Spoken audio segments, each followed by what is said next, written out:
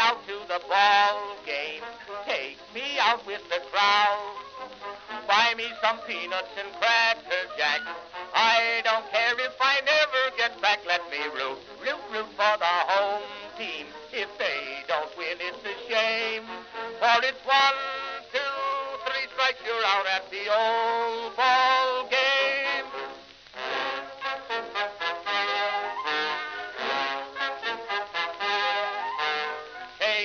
Casey saw all the games, knew the players by their first names, told the umpire he was wrong all along, good and strong. When the score was just 2-2, Casey knew what to do, just to cheer up the boys she knew. She made the gang sing this song. Take me out to the ball game, take me out with the crowd. Buy me some peanuts and cracker jack. I don't care if I never get back. Let me root for the home team. If they don't win, it's a shame. For it's 1, 2, 3 strikes, you're out at the old ball game.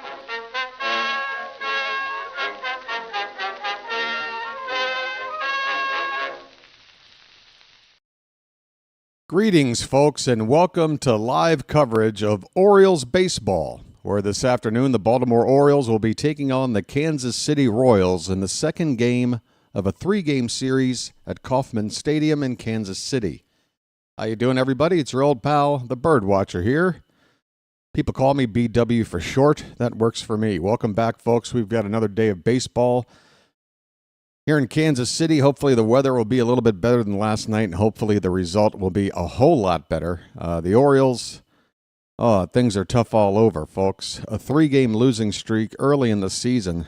Opening day was fantastic. I still have dreams of opening day. It was great, but since then we're 2-5, folks. 2-5 since opening day, and on a 3-game losing streak. We lost the first game of this series last night. It was Dean Kramer on the mound against Seth Lugo. Dino with another less than stellar outing for him. And our bats, once again, weren't there for us either. Gunnar Henderson making his return and season debut. And although he did get an infield hit late in the ball game, he made a big error at short. Its first real play in the field. He booted a very routine ground ball. He's going to be DHing today. I think we know why.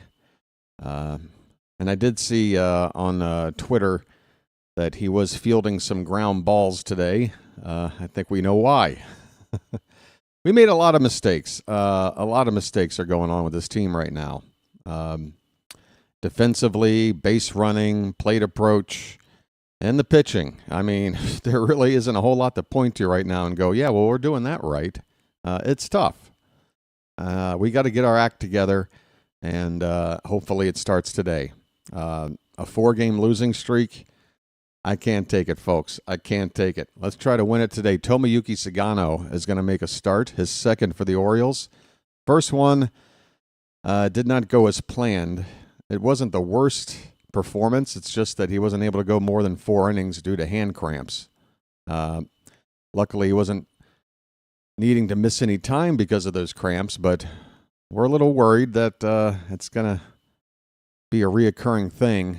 So let's try to get through this start today without any problems.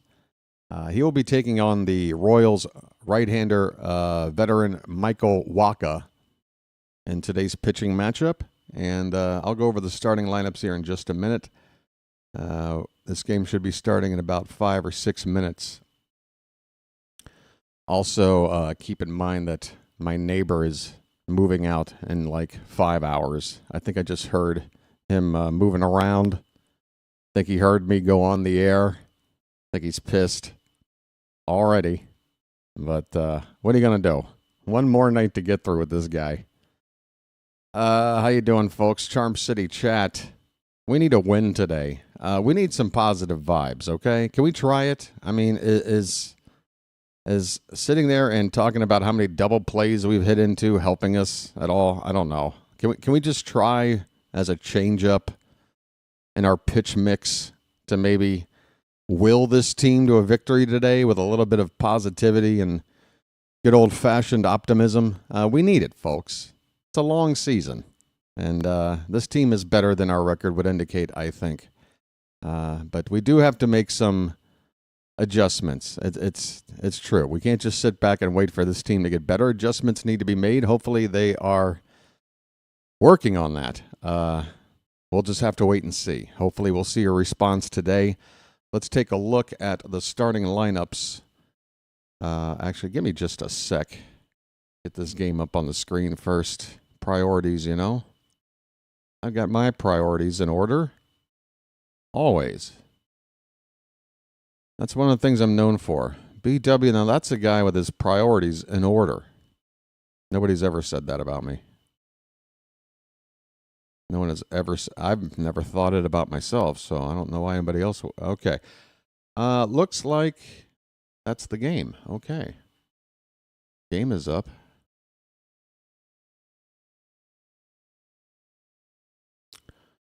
Sugano. All right. Starting lineups, folks.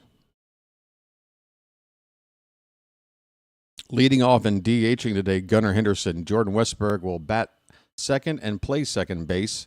Ced Mullins is in center field. He's hitting third today. Ryan Mountcastle is the cleanup hitter at first base. Tyler O'Neill will bat fifth and be in right field. Heston Kjerstad, who had a couple of hits in yesterday's ball game, in left field like he was last night, he's hitting sixth. Ramon Arias bats seventh and plays third. Gary Sanchez will do the catching today, hitting eighth, and Jackson Holliday will bat ninth and play shortstop. Not only is Gunnar Henderson DHing, Holliday goes back to short, Westberg back to second, Arias back in the lineup, and out of the lineup altogether for the first time this season, Adley Rutschman getting a full day off. For the Kansas City Royals, leading off and playing third base, Jonathan India. Bobby Witt Jr. will bat second and play short. Vinny Pasquantino is at first base hitting third. Salvador Perez, veteran catcher and cleanup hitter. Michael Massey, who played second last night, will DH today and bat fifth. Hunter Renfroe in right field batting sixth. MJ Melendez in left batting seventh. In the eighth spot is Michael Garcia. He played third yesterday. Today he's playing second base. And Kyle Isbell is the center fielder batting ninth. All right. Those are your lineups. Pitching matchup. Game 2 of a 3-game series. Tomorrow, by the way, 1 o'clock first, for the ball game. First pitch is like 10 minutes after. So be on out here for, how can I average? I can't advertise it yet. Let me see if this is up and running over here yet. Probably not. There is Kauffman Stadium. All right, it looks like an overcast day, but doesn't look too wet out there. Not too much mist. A lot of hoodies in the crowd. People are bundled up, but not as much as last night. A little bit warmer, I think. I think it's in the upper 40s. Around first pitch here. Excuse me. This is what I have up right now. It's a photograph of the field from this angle, which, I don't know, it doesn't really help. I'll just hang out over here for a minute. When the game starts, I'll get that scoreboard up and working for you folks. How you doing in the Charm City chat? There's Tomoyuki Sugano making his way in from the bullpen. I haven't been to Japan yet, but they have weather like this out there a lot, although they play a lot of their baseball indoors. I don't know if I've ever seen a game in Japan played in an outdoor stadium. They play exclusively in domes, don't they? I don't know. I guess I haven't watched enough. Gunnar Henderson's in the on-deck circle getting ready, and Michael Wacha is taking his warm-up pitches right now. In his first start last Sunday against the Guardians, he took a loss. He walked 4 batters. Only gave up the 1 earned run, but took the loss anyway. So walking 4 batters, and that tells me that we need to take some pitches here against this guy. It's always nice to ambush a pitcher on that first pitch. If you feel something's coming, normally that first pitch is the best pitch you might see in a given at bat. But if a pitcher's got a reputation for not having a very good control, then you might want to pick your spots when to try to do the ambush, and maybe, most of your guys going up there, taking that first pitch, taking another pitch, trying to work the count. All right, Gunnar Henderson stepping into the box, folks. Game 2 of this series is about to get started. His name's Gunnar, and he's dating my mom. Grab a snack, folks. We're underway. First pitch of the ball game is on the inside edge, a fastball for a called strike. It is an overcast day in Kansas City. It looks like fall weather. You look at the trees out over the outfield there. Looks like October. This pitch is fouled back. It's 0-2.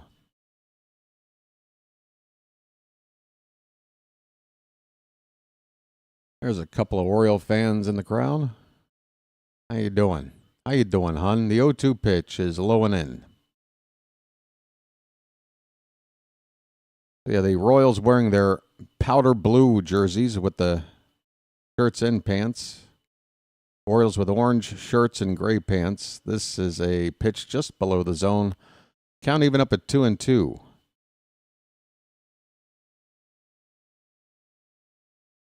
Just getting started here, folks. 2-2 pitch to Gunnar Henderson is taken low, ball 3. Wacha got ahead 0-2. Gunnar doesn't look too nervous about it. He's got the count full. Payoff pitch. Swinging a ground ball up the middle, gobbled up by Bobby Witt Jr. Once again playing exactly in the right spot. This is starting to annoy me. That's the third time in 1 inning plus 1 batter with a ground ball right back up the middle. So the hitter timed it well, sends it right back up the middle. But damn it if Bobby Witt Jr. isn't positioning himself right where that ball goes. It is Jordan Westberg up with 1 down. West is that way. He goes after the first pitch and hits a grounder to third. India with a short hop bounce to first, and Pasquantino able to handle that short hop. That stinks. Westberg retired on 1 pitch. Pasquantino bailed out Jonathan India with that pick. 2 away. That'll bring up Sed Mullins. Well said, now you know what to do. And he looks at ball 1. Mullins is off to a great start. .310 the batting average. He's driven in 11 runs in the first 8 ball games. He shows bunt. And did he get the bat back in time? They appeal. Apparently he did. It's 2-0.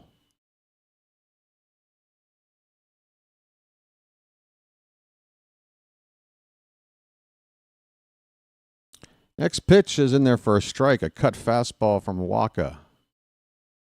Oh, I get it. Fozzie Bear, Wacha, Wacha, Wacha. I get it. I get jokes. This pitch is fouled back. It's 2-2.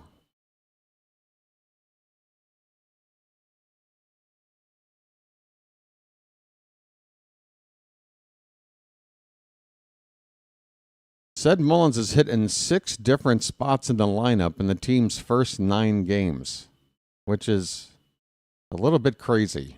It's a crazy stat to pull, and it's a crazy fact to digest. He fouls a pitch back. It's 2-2. 2 down, nobody on. Top of the first. Pitch taken in the dirt for ball 3.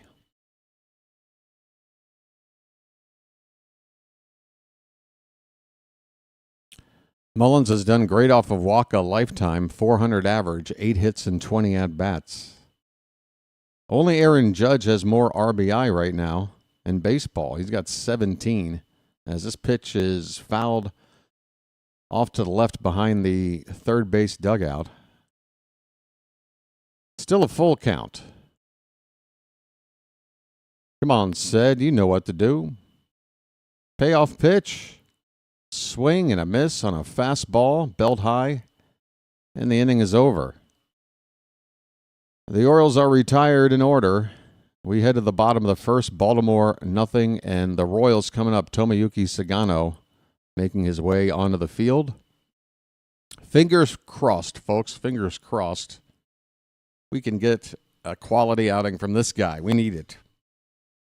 Anybody. If Tomoyuki Sugano can't get it done today, I'm putting out an ad in Craigslist. We need an arm. Got an arm? Call this number. Today's game is being brought to you by grape-flavored Red Bull. Grape-flavored Red Bull. Perfect for any time you're calling a ball game at 3:16 in the morning. ASMR.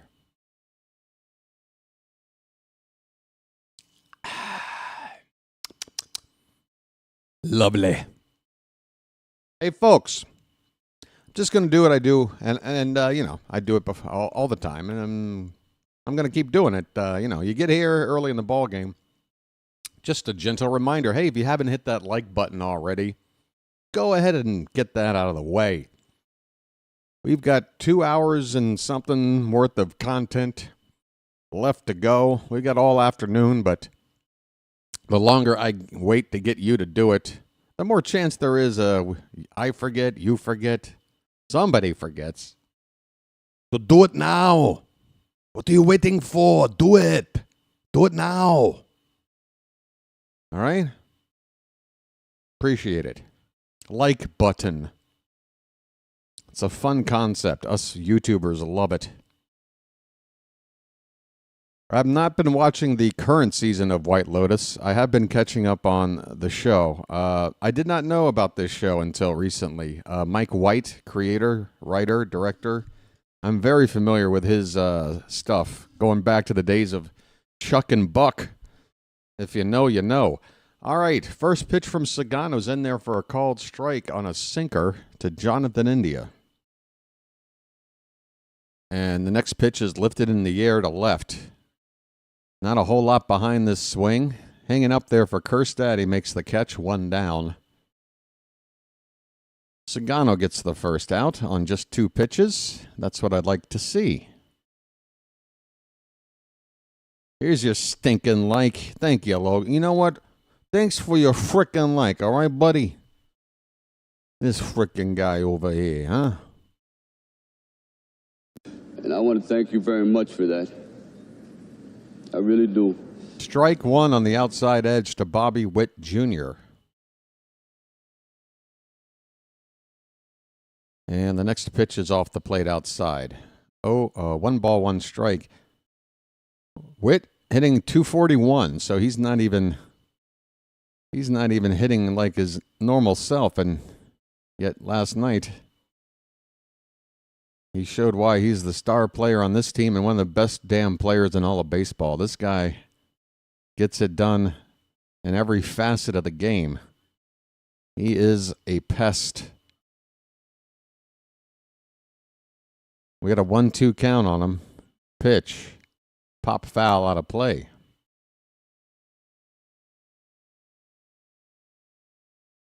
By the way, folks, I think there's another player out there, another really good young player that got a big contract extension since we hung out yesterday. I already forgot who it was, as this pitch is outside. Count even up at 2-2. Can't remember, but somebody did. But folks, these contract extensions, we need one. Can we get in on this? I want to get in on this. 2-2 pitch. Popped up. Mullins heading over to right center. He's waving off. Well, he tried to wave off Tyler O'Neill, but O'Neill was already in a better position to make the catch. Mullins and O'Neill exchanging words. Hopefully there's some camaraderie there. That didn't look like the most... yeah, that wasn't the best exchange body language-wise. I hope I'm not reading too much into it. There's a called strike to Vinny Pasquantino, 2 down. I got the air conditioner fixed, Elgood. How you doing? It's been a while since I've had that problem. This pitch is low to Pasquantino. 1 ball, 1 strike. 2 down, nobody on, bottom of the first, no score.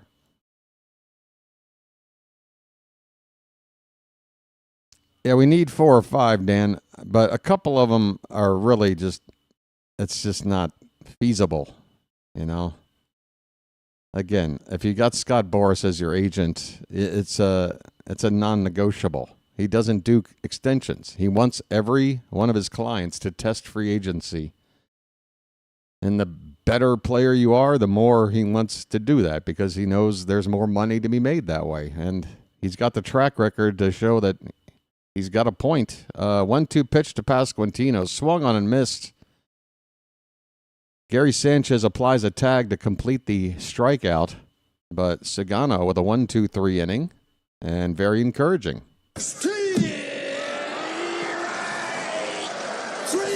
Well, y'all come back now, you hear? All right. Sugano. Let's just not cramp up and keep that going today. Very windy today, says Rob. Are we talking in Baltimore or out there in Kansas City? If we're talking Kansas City, what direction are we talking about here? What are we talking about here, huh? You know? Hey. You know, I talk about I was born and raised in Maryland, but the truth is, you know, I'm from up north, you know. I'm from Jersey. I'll admit it. I'm from Bayonne. How you doing, huh? What's the matter, you? I don't know. I'm working on it. I like to test out different accents because I do a lot of traveling, you know, and sometimes you want to go incognito. Sometimes you want to represent another place. How's Gary Sanchez been so far? He hasn't had a whole lot of playing time, a couple of starts. Hasn't done much at the plate. Did get a sacrifice fly in one of the ball games, but, you know. Haven't seen too much yet. Not enough to say, well, here's why we spent $8 million versus, I don't know, somebody we could have gotten for 2 or 3. Haven't seen that yet. Here in Hanover. Nice.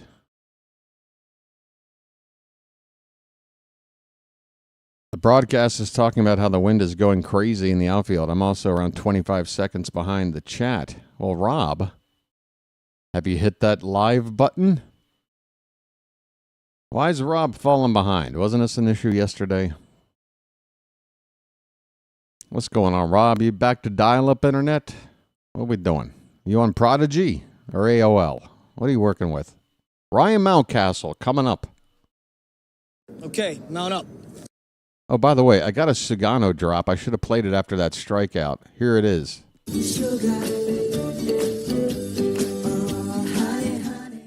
All right. Hopefully we'll be hitting that button a lot today. 1-1 on Mountcastle. Pitch. And there's that question again. Why do I get that on? 2-1 the count. Honestly, Nathaniel, the question is, why do I live on planet Earth? I'm starting to ask myself that all the time, as this ball is grounded foul off to the left. Count even up at 2-2. Why am I on planet Earth? I can hop on one of those SpaceX missions and just go somewhere else. Give it a shot. If I go to the moon, I could play baseball. I can hit the ball 800 miles. Literally. This pitch is fouled away. 2 balls, 2 strikes. No, it doesn't bother me, Nathaniel. It's fine. It's amazing. It's the most asked question I get. I just like it out here, you know. This is a place where I feel comfortable. This ball is hit in the right field. It's a base hit for Mountcastle. A leadoff single in the top of the second. Turn on the faucet. Opposite field base hit for Mountie on a pitch low and in.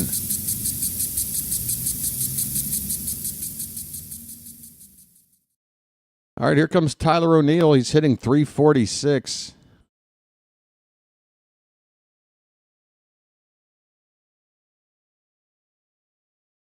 First pitch to him is taken top of the zone for a called strike. A cutter from Wacha.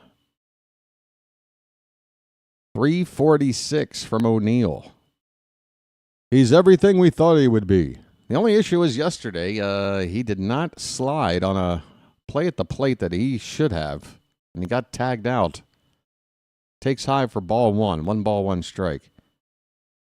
Not to mention, is it probably not good in terms of the best chance of scoring on that play, but he also risked injuring himself going in on a play like that. We already lost Cowser sliding in the first base, and then we risk an injury to a guy going in standing at the plate. Can we please reverse that, folks? I mean, this is 150 years of baseball. You go to first base standing, you go into home sliding, not the other way around. The 2-1 pitch to O'Neill is up and away, 3-1. All right.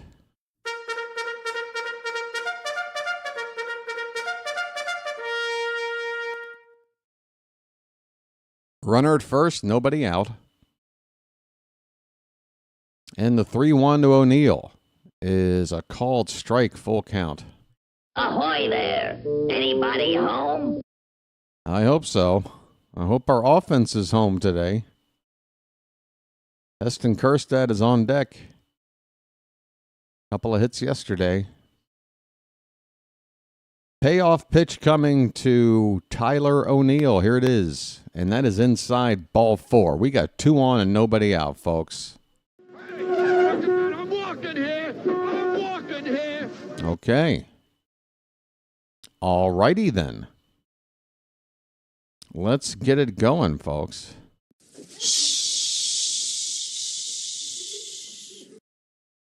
Silence! 2 on, nobody out for Kjerstad, hitting .333 in the early going, and he takes inside for ball 1. Folks, I know our offense has been, a little bit inconsistent, but overall, the numbers for a lot of these hitters are looking pretty good in the early going. That ball's hit on the ground, foul off to the right. Few guys are struggling, but by and large, we got a lot of 300 or better hitters currently in the lineup. 1 ball, 1 strike on Kjerstad. Wacha's next pitch is low for ball 2. 2-1, folks.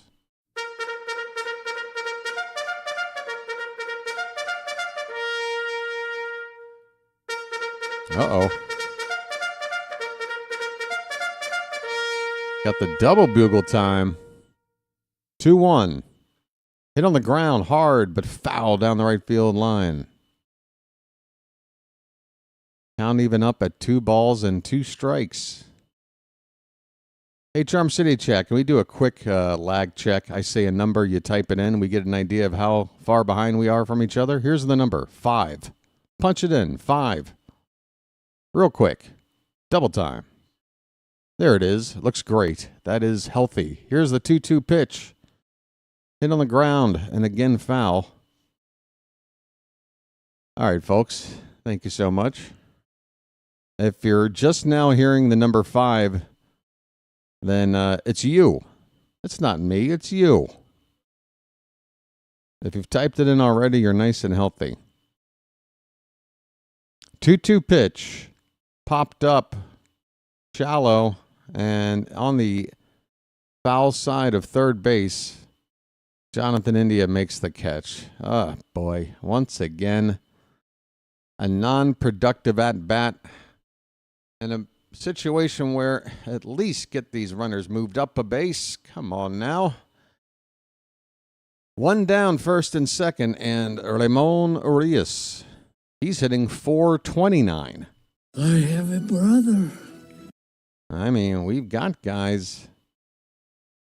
His bat was silent on that at-bat. He had a .333 average before that pop-up.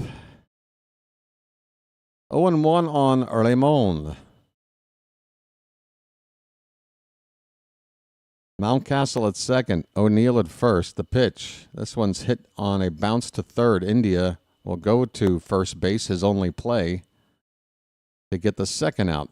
So if that would have happened with the first out, he'd have runners at second and third now. But there's 2 away. And it's going to be up to who to be the 2-out hero here? Gary Sanchez. Release the Kraken. He's got that sac fly, and that's it so far this season. We need something here. He takes a check swing. It's a called strike. That's another thing this team has been doing way too much of. Check swinging in situations where we either swing too far and get called on a swing, or we're taking a pitch that's a strike anyway. This pitch is in the dirt, and the count is 1-1 on Sanchez. Wacha currently on 37 pitches. Good afternoon, Cantankerous. Folks, it's amazing. Those Magic members with those green names and binoculars, they just jump right out on the page. Hint, hint. Here's a pop-up right side. And this ball is going to fade over toward the screen, thankfully. It looked like Hunter Renfroe initially had a play out there. He was lightly jogging toward this ball, and the wind might have picked it up. The gods helping out Gary Sanchez. Yeah, you can see the flags blowing hard to right, left to right. That's how this wind is blowing. Right behind the Hotel Lotus. Oh, is that where the White Lotus is? Is that where the new season of White Lotus is? Kansas City? Not exactly the most exotic of locations, but okay. This pitch is fouled off. Still 1-2 on Sanchez. Yeah, I do need to watch the new season of White Lotus because one of my favorite actresses, who I had the pleasure of meeting intimately once, Parker Posey. Ms. Parker Posey's on that show. This ball's in the center field. That ball's going to drop in. It's a base hit. Can both runners score? One is in. Here comes the other. It's a 2-out, 2-run single for Gary Sanchez. Welcome to the team, Gary. 2-0 Baltimore.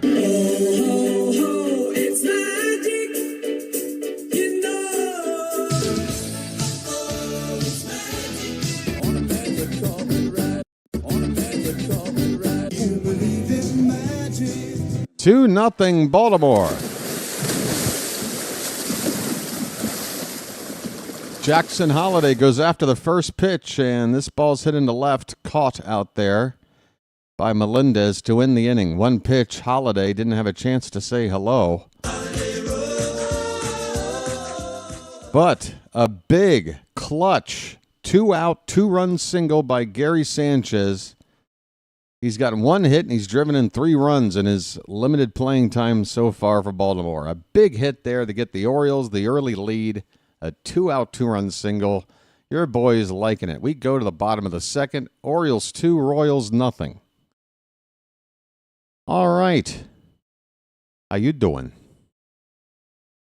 Hey, folks. We passed the 24:50 mark in yesterday's game. Sorry. I'm going to need a sip. I get indigestion now for some reason. You know, it's like I have dinner and then I go to bed early so I can get in some sleep. Wake up, call a game, try to go back to bed for an hour or two.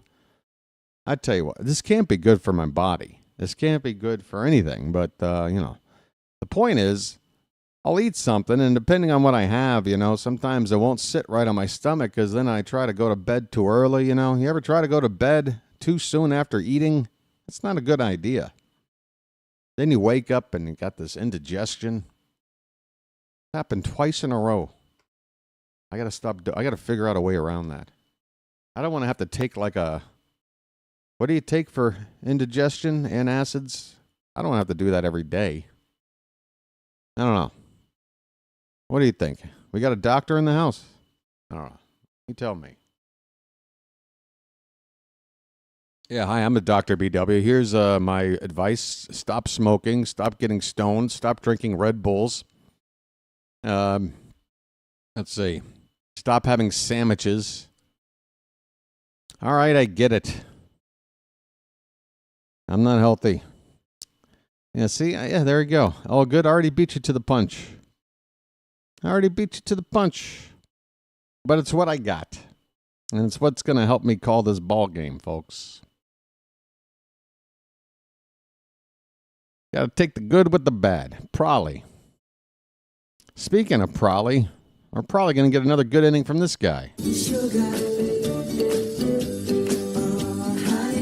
First pitch from Sugano is inside to Salvador Perez, ball one. Perez hitting 241 pitch. This is a tapper. Hits slowly to third. Arias should have plenty of time. He does. To get the slow-footed Perez one down.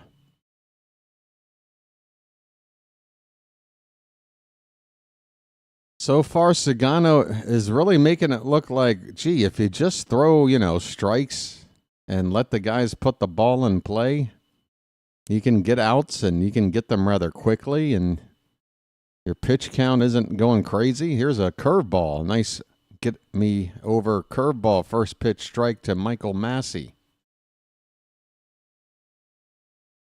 And next pitch, a pop-up. Weak contact. Gunnar Henderson, Jackson Holiday is at short today.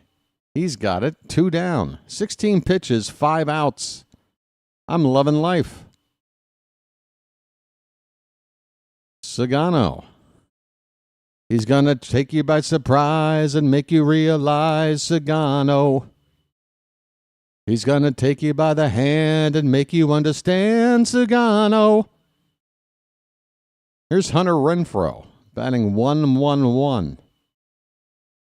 First pitch is off the plate, and the next pitch is, again, just slightly off the plate. 2 balls, no strikes. The 2-0. Fouled off. Do that Sugano riff again. What am I, a monkey? What am I to you, huh? This pitch is low and away, 3-1 the count. Do it. This pitch is popped up into center field. Going back a couple of steps, Mullins, and he's trying to fight the sun and the clouds. I don't know, but he makes the catch, and Sugano 6 up, 6 down to begin the ball game. Looking sharp. We're through 2 innings. Baltimore 2, Kansas City nothing.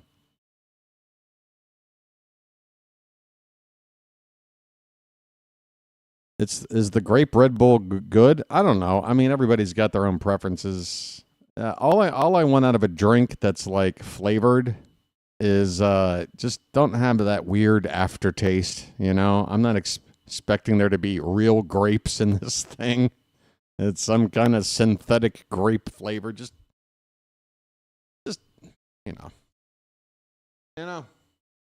I usually don't drink the syrupy drinks, I just don't like that syrupiness that just sort of lingers after you take a sip. It's like my whole point is I want to hydrate and feel refreshed, and anything that's got syrup in it makes you, I don't know. I don't know how the hell I drank soda as a kid as much as I used to. Not a soda fan anymore. Sometimes it's nice. If you crack open like a bottle of Coca-Cola in a glass bottle, okay? When the temperature's right, it's good. I don't know how people drink soda over ice, though. I don't know how people let melting ice, and it's gross. It's really gross. That's just my take, folks. Don't worry about me. What do I know? Ah, boy.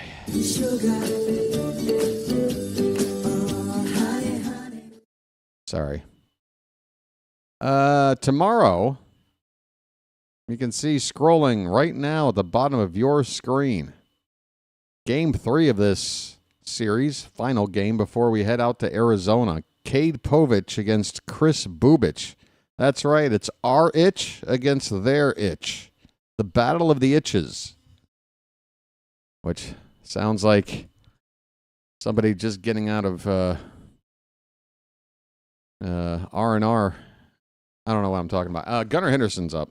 Let's lock in. His name's Gunnar, and he's dating my mom. First pitch is a strike, and the next one is off the plate outside, but it's called a strike anyway. Gunnar doesn't like it. Neither do I. It's 0-2. Don't you have a crush on Povich? What is this, a gotcha question?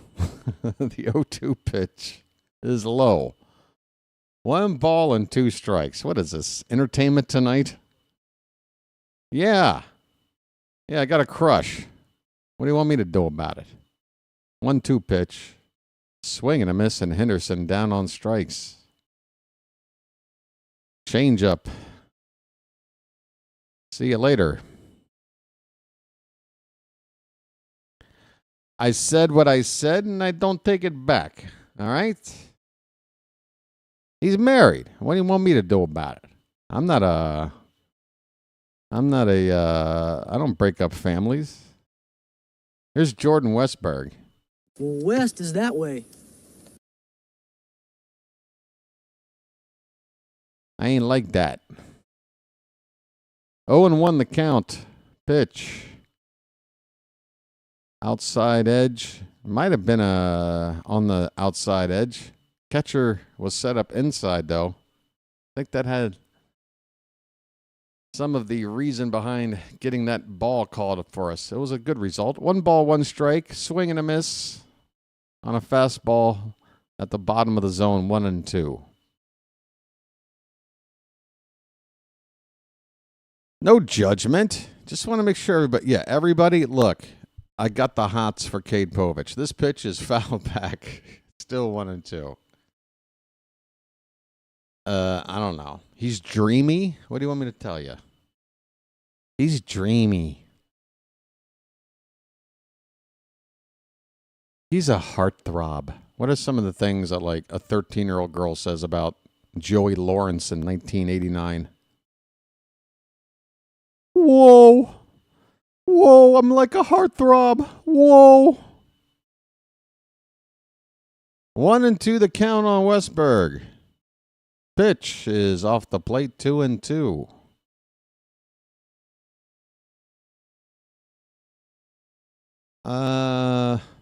Home wrecker. Why? I'm not a home wrecker. No. This one's in the dirt, full count. What's the umpire pointing at? Check swing? He didn't go. What are you appealing that for? I'm insulted that you even appealed this. Full count on Westberg, 1 out, bases empty, top of the third, 2-0 Baltimore. This is a bugle.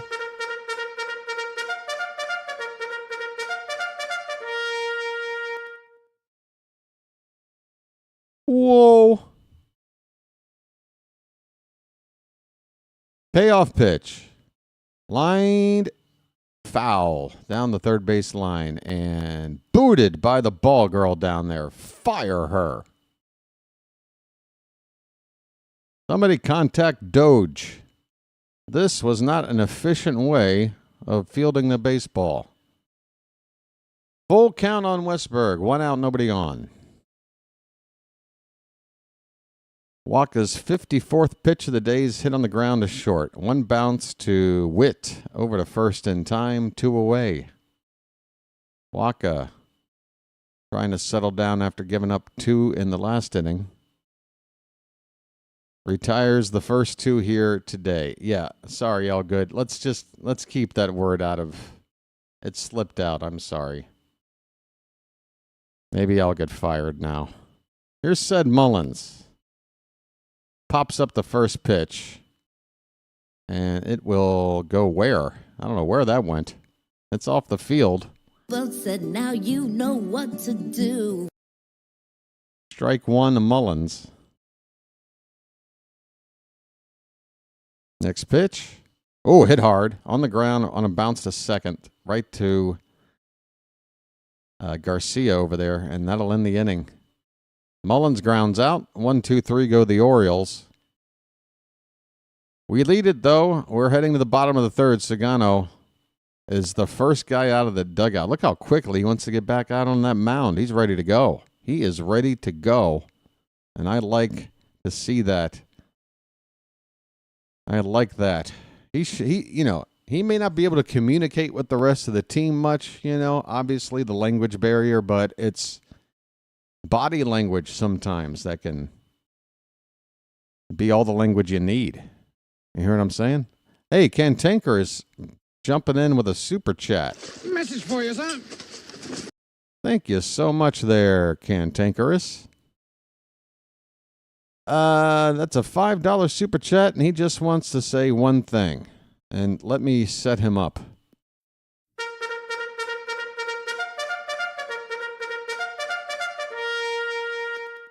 Charge. From Cantankerous. Thank you so much. Or maybe, I don't know, were you accidentally typing in the method of payment for your super chat? Were you trying to pay by charge? And you thought, I'm just kidding.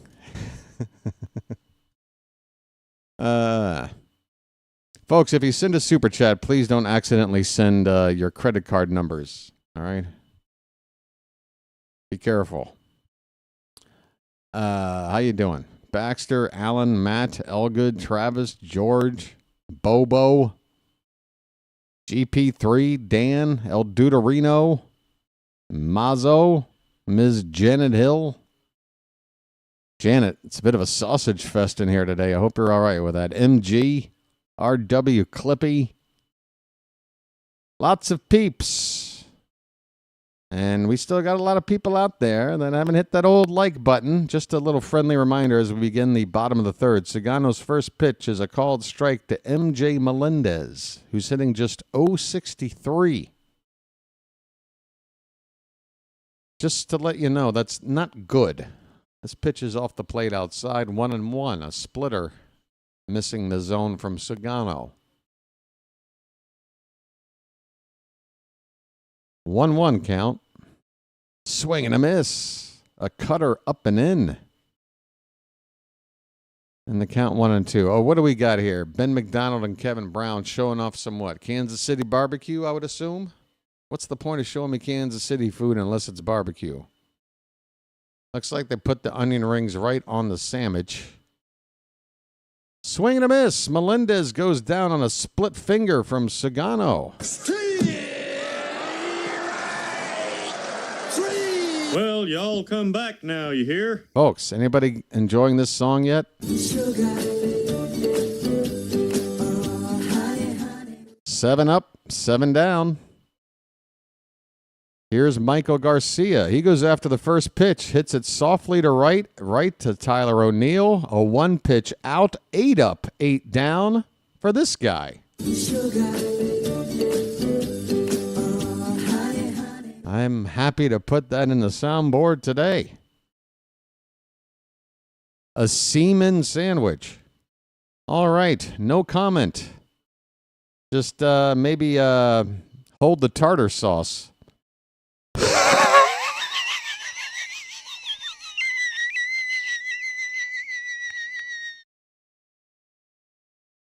Here's a swing and a foul ball. It's 0-2 on Kyle Isbell, hitting 158. One more strike, and Sugano will have gotten through the order very, very well the first time through. And on the ground, up the middle, and there's your first hit. A softly hit grounder by Isbell.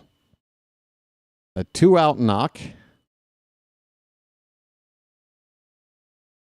Sugano even just patted his chest as if to go, yeah, my mistake, as if maybe he didn't like where the location of that pitch was. It was not even in the zone. You can't even blame Sugano for his first hit he gives up.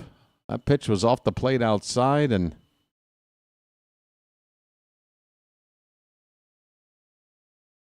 batter got the bat head to it anyway. Here's Jonathan India. He takes a curveball up for ball 1. 2 down, runner at first.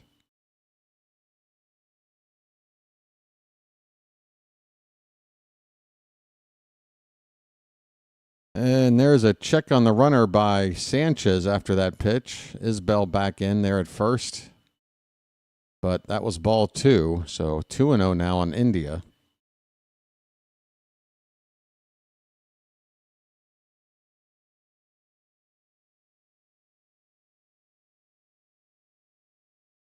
Two-0 pitch. Hit in the air to right and slicing out of play. Yeah, I've got indigestion. This sucks. Why is Jonathan India's hair look like he's wearing Soul Glow? Why is it so greasy? 2-1 pitch. Just a bit low. Sugano freezes after that pitch, hoping to get the ump to say, hey, come on, man. And it looks like on the replay monitor that might have just clipped the bottom of the zone.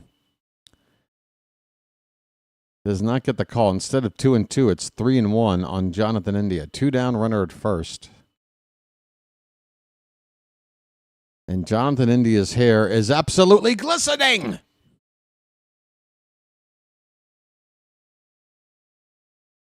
Follow the trip. That is ball 4. Oh, we didn't want that. Oh, come on, Sugano. We were 1 strike away from making it 9 up, 9 down, and then you get a weak ground ball up the middle, and now a walk. Not a 4-pitch walk, but 4 out of the zone. Jonathan India and his matted, greasy hair is at first base. Yeah. Really, check it. He's walking around with substances in his hair. Bobby Wood Jr. now up with 2 on. This is what you don't want to see. Pitch. And it bounces in the dirt, gets away from Sanchez, and both runners move up. Come on, man. Don't make this. Come on, man. We just need 1 more out. Everything was going good. Come on, Sugano. Oh, boy. Now a base hit scores 2 runs and ties the game. Even when we throw a wild pitch, it's the worst possible time.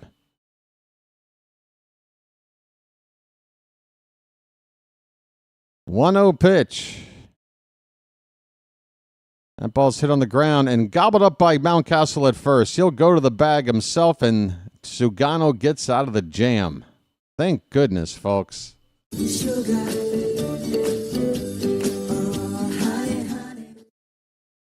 We dance out of trouble, and we're going to the 4th inning. Baltimore 2, Kansas City nothing. I jinxed him. I have a lot of power, apparently. I have so much power. I have the ability to make things happen just by, Hey! I got 2 options right now, folks. I could go for the lucky, or I could go for the special lucky. Lucky, special lucky. If you want the lucky, go L. If you want the special, go S. More Charm City chat interaction. Special, S, S. Oh, I think I know where this poll is going. All right, well. Yeah, of course, Chilo, of course. Clever. Never thought you'd go there. That's Chilo for you, folks. Present 2 options. Pick neither. Isn't Chilo fun? Thanks, Mazzo. Everybody else seems to just, play along. Yeah, again, this is not a, an endorsement for other people to do it. Good Lord, people.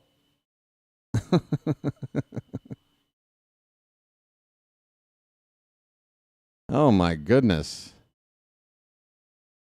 I do what I want.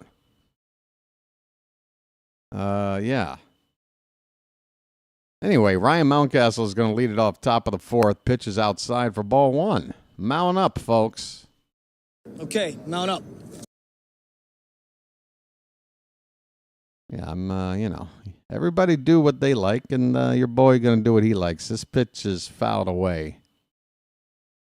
1 ball, 1 strike. The only catch is, if you're on my channel, doing what I like supersedes doing whatever you like. It's just the way it is. I'm sorry. I don't try to exploit that fact. It's just, the way it is. That's a called strike 2 to Ryan Mountcastle. Let's take it back over to the scoreboard, shall we? 1-2 on Mountie, leading off the top of the fourth. He is 1 for 1 already today.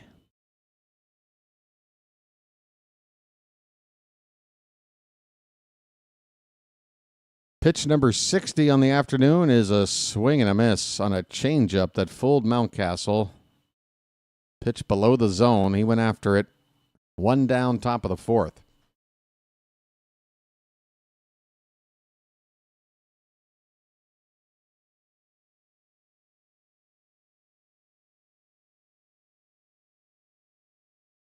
This one's for my neighbor.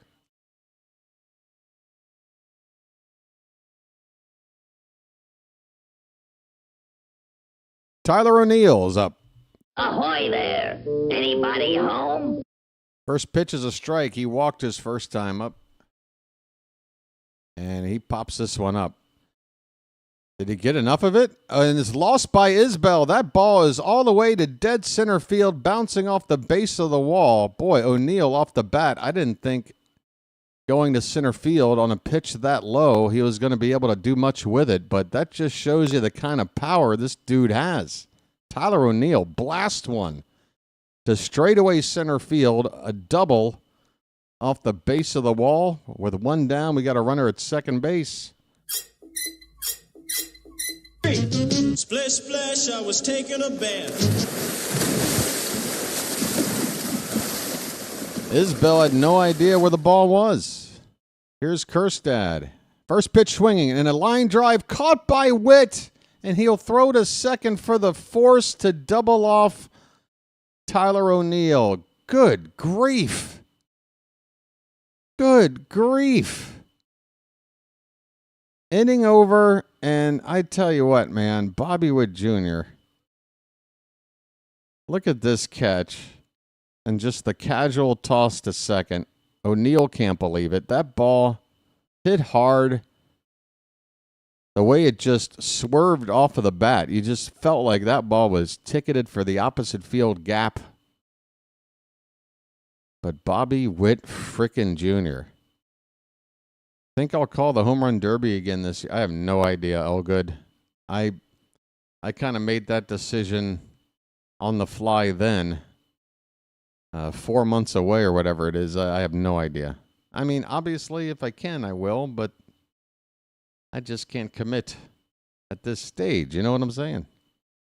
Had a lot of fun last year. All right, well, it's unfortunate that the other 200 times I'm broadcasting between those home run derbies, you're not entertained or having fun, but hang in there. It's only another 150 days away or so. And then we'll have fun for the first time this year. All right? Man, I'm an ass. All right.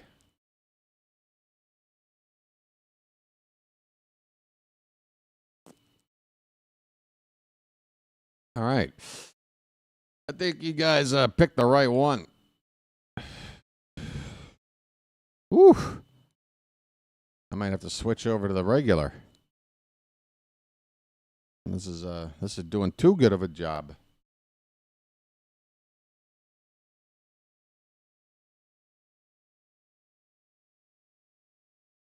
Oh, we got a runner here. We've got a runner. We've got a bleeder. Hey, look, more hot dog races. Fun. All right, first pitch to Vinny Pasquantino from Sugano's a strike. Bottom of the fourth, 2-0 Baltimore. 0-1 pitch. Inside, 1-1.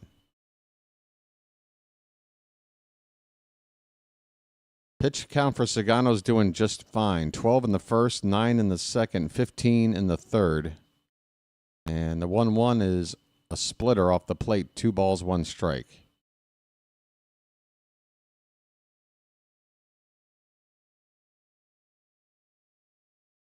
Popped up. This is another easy out. Weak contact. It's a high fly ball to Ramon Arias on the outfield grass. He makes the catch. First out in the 4th.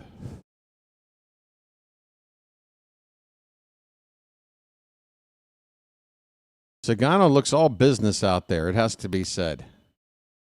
He looks all business. Here is Salvador Perez.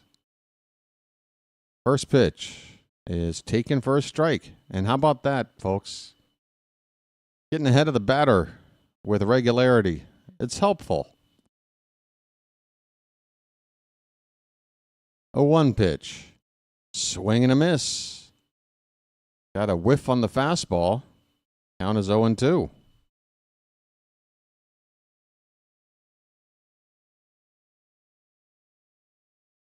Oh, 2 pitch is fouled back, and what just dropped on the floor? Okay, nothing that breaks.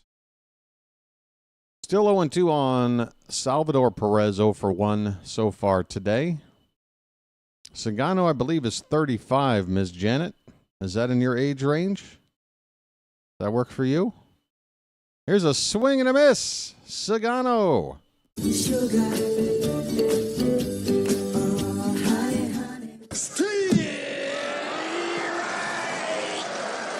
Well, y'all come back now, you hear? That's right. You get the triple soundboard, Sugano. Not your type. There's a called strike. Come on, he's got the dad bod. He gets hand cramps easily. Don't you like your man to get hand cramps?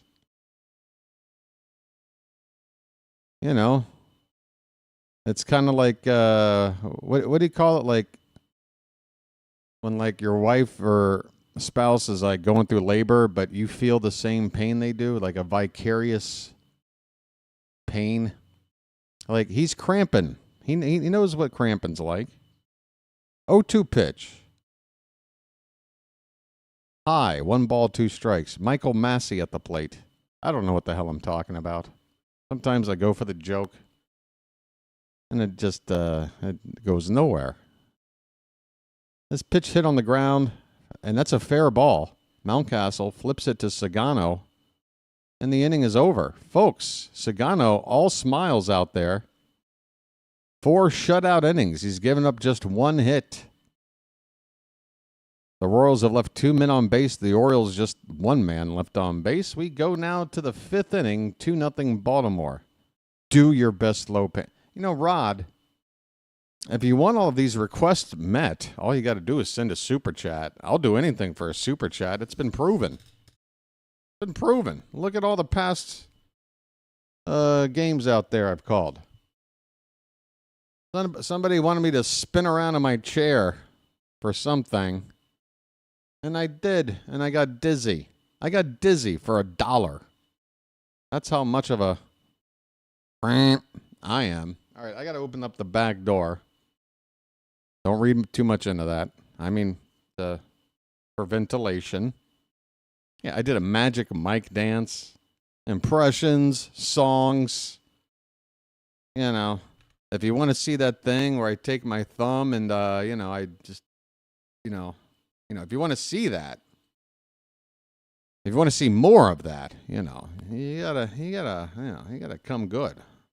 You just don't bark out, do this, What am I? What am I, huh? What would I do for a Klondike bar? That's a good question. Are we talking Klondike Classic or one of these like weird... Everything's got to have 500 different flavors. Am I the only one that likes the original anything? I'll be right back.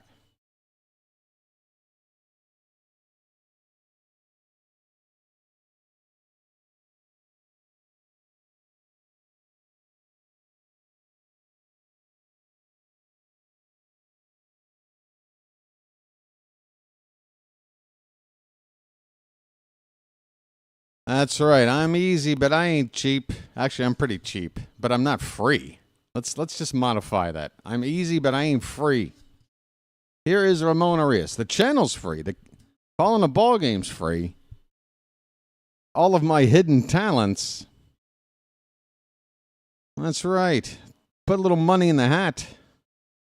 You know? Here's a ground ball by Ramon Arias. Backhanded by Witt. Deep in the hole at short. He throws across in time. There's nothing this dude can't do. Yeah, you know, throw a little money in this thing. That's all.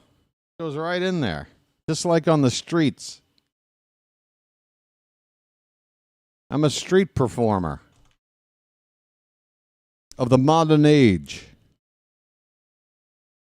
All right, Gary Sanchez is up. He's the offensive hero today so far. He takes a called strike. Release the Kraken.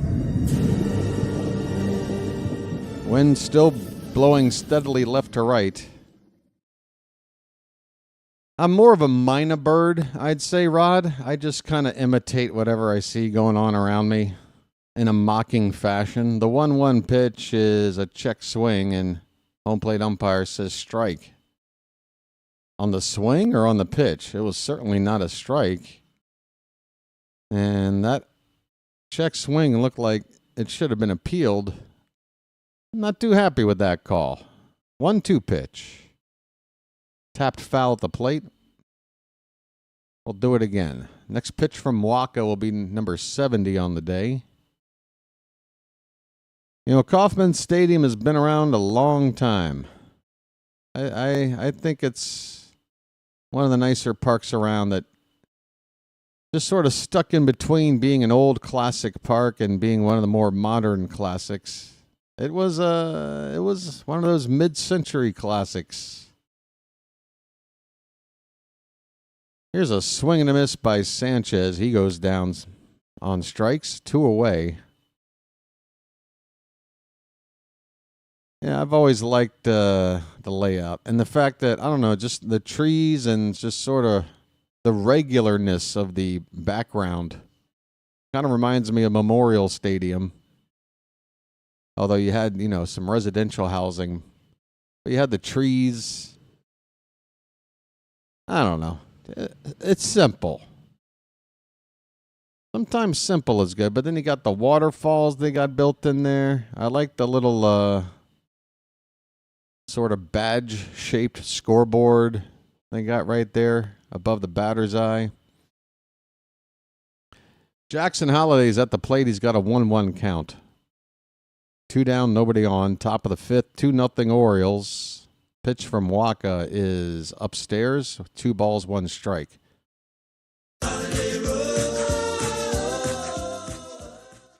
So, yeah, there's been some renovations in this park over the years, but in general, Holliday gets into one to right center field. That ball's going to get down and roll all the way to the wall. I want to see 3. Holliday's looking for it. Here comes the throw in. Holliday's looking for 3. He is in there. The throw gets a little bit away. Folks, Jackson Holliday showing off the legs there. He legs out a triple. Not too often I get to play this one. Where is it? Where's my triple button? I moved it. Regretfully now. Oh no, where did it go? There it is. 3 is a magic number. Yes, it is. All right, whatever. Let's just splash it up because I don't know what the hell I'm doing. It's a 2-out triple.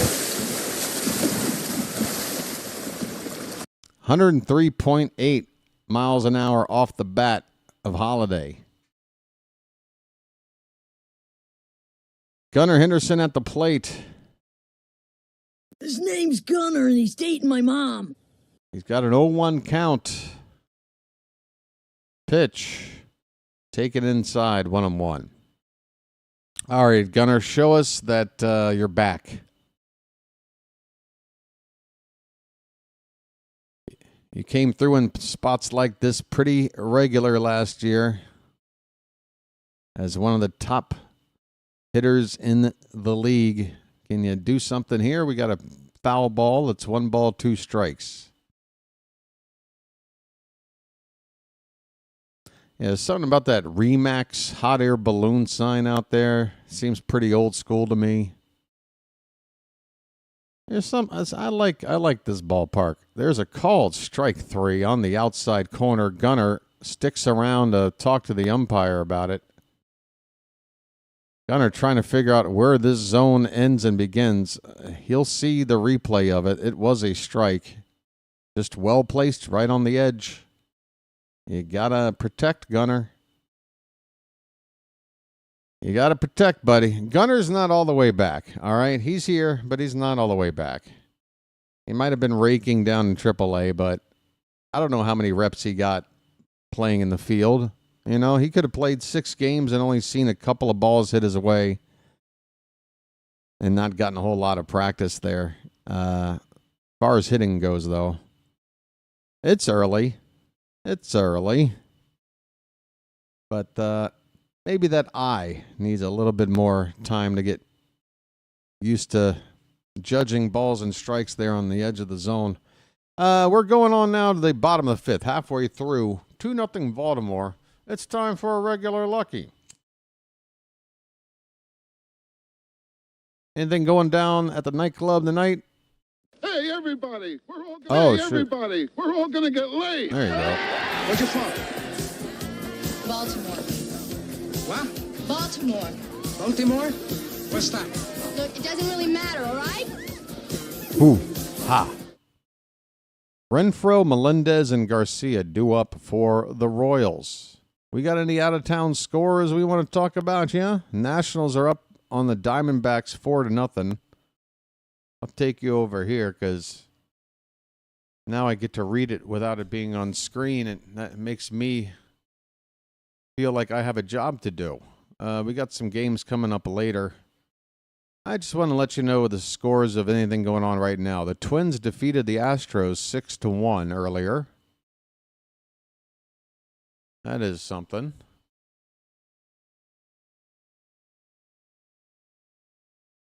First pitch from Sugano is off the plate for ball 1. Tigers over the White Sox 7-2. That's a final. Dodgers up 2-1 over the Phillies going into the 5th inning as this pitch is low. 2-0 to Hunter Renfroe. Cubs over the Padres earlier. I keep fumbling my words. Cubs defeated the Padres earlier. And I think everything else is later. This pitch is inside, so let's get back to this because Sugano falling behind to the leadoff man 3-0. First 3-0 count of the day. And taking all the way, that's a strike. It's 3-1.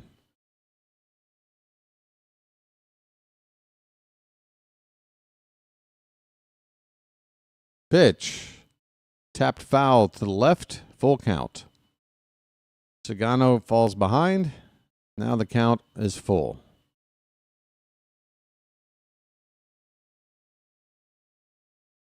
I need to talk to Sugano about the fit on his pants. I think we need to tailor these pants for him a little better. He's showing a bit of what we call a gunt. Here's a nice stop at third base by Arias. Pops up, but unable to get Renfroe on a throw that was off the bag at first. But, man, Arias, really nice stop, and he got up really quick to get that throw off. Felt like there might have been a chance. Just offline. So a leadoff single here. Infield hit for Renfroe. That'll bring up MJ Melendez, and he takes one low and in for ball 1. The Yankees are losing. All right. How can we sleep when the Yanks are losing? The 1-0.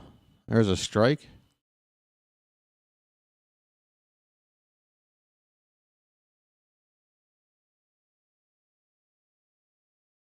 One and one on MJ. Don't call me Michael Jordan Melendez. A pitch, swing and a miss. A fastball, top of the zone. 1 ball, 2 strikes. Yeah, Sugano's yeah, it's not a good fit for Sugano. I don't know what to tell you. Somebody's got to get in there and just do a little bit of you know. Do we have anybody who is good with needlepoint? Do we have a seamstress in the house?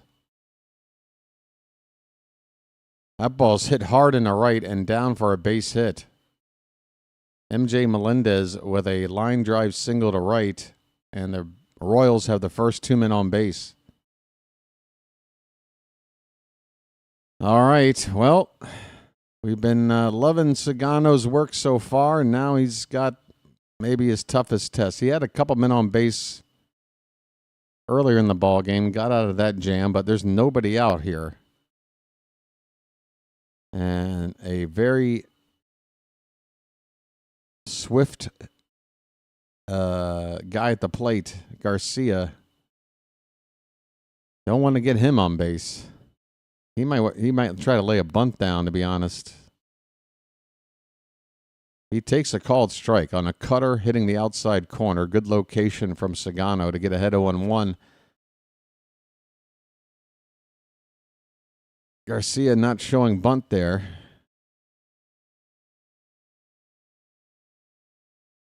Oh, 1 pitch. Popped up. That's what you want. That is what you want. Mullins, hurry up, get in there. He catches it, and it's nice and shallow. He can lob it back in without any worry of any runners advancing. A good first out from Sugano. After letting the first 2 guys reach, Kyle Isbell, the number 9 hitter, coming up. He got the first hit of the game for Kansas City on a bleeder up the middle. Came into the series with just a couple of hits in the first week. Got 1 last night and 1 today. Normally, though, he's an easy out. Try to get 1 here. Curveball in there for a strike. 76 on the gun.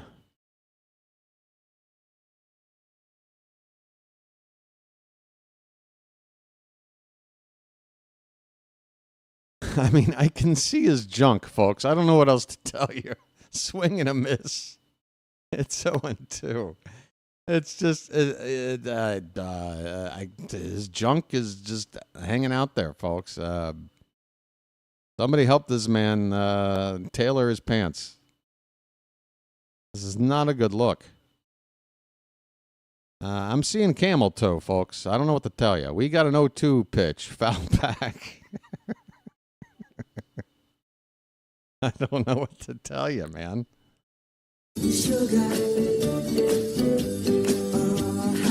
Janet, I don't know. I can't do a full autopsy on this, but it's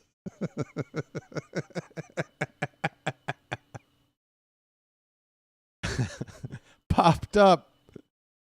Come on, Sanchez. He's got it right up against the screen at the backstop, folks. Out number 2. Oh, that's a big second out. A foul pop-up behind home plate. I thought I kind of noticed something early in the game. I'm like, all right, just, don't even mention anything. But nah, I can't at this point. The problem is, Jen, is that there are details. There shouldn't be details. That's the problem. Nothing should be detailed in that area, but it is. Jonathan India is coming up. It's there. It's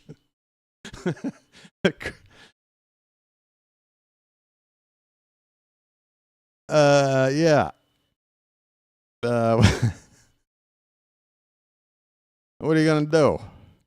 What are you gonna do? The 0-1 pitch is low. A ball and a strike. Oh, great! Now my sinuses are out of control.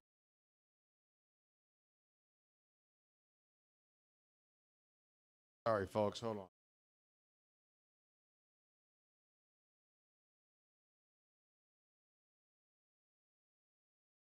You guys. Now my sinuses are a mess. The 1-1 pitch is a called strike, a sweeper on the outside corner.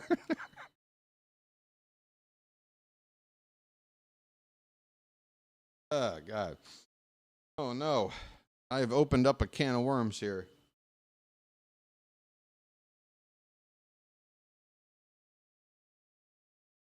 I'll be okay, folks. I'm not crying. There's one in the dirt. Curveball that Sanchez is able to keep in front of him, and the runners stay put. First and second, 2 down. 2-2 the count on Jonathan India. Ms. Janet, yeah, I think you're on the right track. I think you're on the right track. It's just popped up. Oh, come on, stay and play. Where are you? That ball is into the stands by about 5 rows behind home plate. I'm going to have to go like honk the horn. Hopefully we'll get this third out here real quick because my sinuses are a mess, and I'm afraid to even like breathe through my nose right now, lest some sort of accident happens. 2-2 pitch off the plate all the way for ball 3. Not a good pitch there from Sugano. If he was trying to get India to chase, that one was way too far off. You got Bobby Witt Jr. on deck, folks. You need to get this guy right here, right now. Big pitch coming up. Cross your fingers. Full count. 2 down. Pitch. Hit in the air to the left by India. And Kjerstad is going to make the catch in left field, folks. We get out of it. India turned on it, but he didn't get a whole lot on it. Once again, Sugano missing the barrels as weak contact, folks. That's the key. Weak contact. I'm going to go honk the horn. I'm going to just, I'm just going to do a disappearing act. All right, I'll be right back.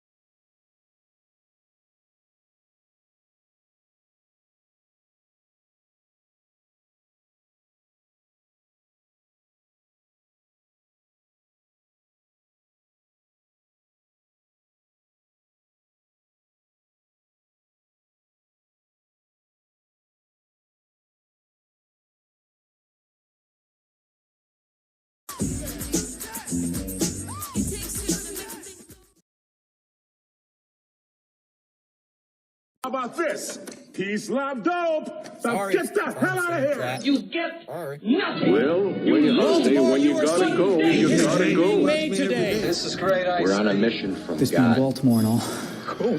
This is what it's all Jack about. Burton is Pork Chop Express, and I'm talking to whoever's listening out there. Greetings and welcome back to the ball game. Top of the 6th, Jordan Westberg takes a called strike. Westberg. Well, west is that way. Now look at this little Oriole fan. How precious is that? Swing and a miss, 0-2. Westberg 0-4. Why are they showing me Mullins, second base, on the screen? I don't know what the hell they're up to. Look at this little kid walking around the concourse. Popped up by Westberg. Center fielder Isbell over toward left center makes the catch, 1 down. Westberg hitless so far today, I think. Said Mullins. Well said, now you know what to do. Yankees just took a lead. Go stare at my Povich poster. Poster? I hardly know her. This is a called strike. We're in the top of the sixth. Michael Wacha's on 83 pitches with one down. 0-1 said showing bunt. This time he gets one down, and it's a pretty good one. India bobbles the barehanded pickup, and said Mullins with a bunt base hit. Get some.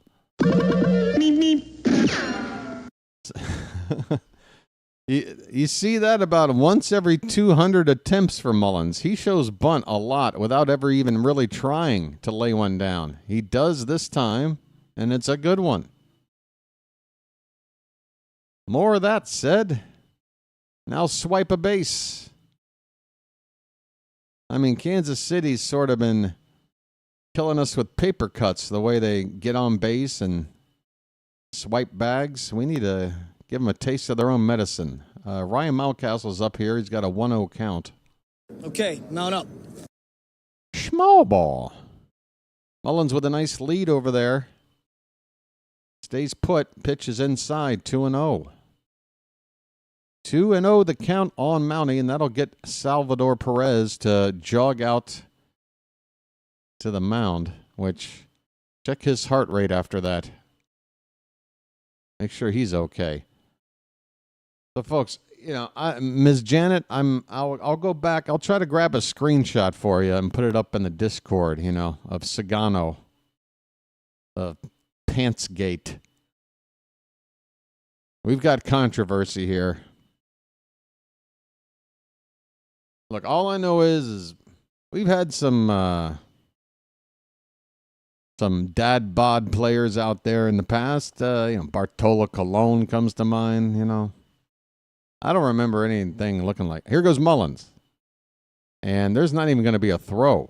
Or did Mullins only fake? Did he just fake? Damn, it's 3-0 anyway.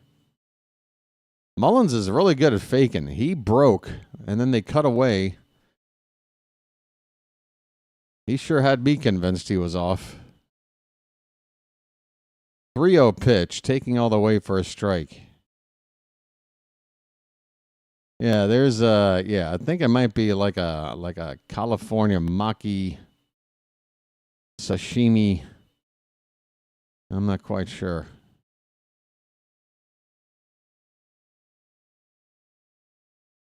And it looks like a bento box on the other side. But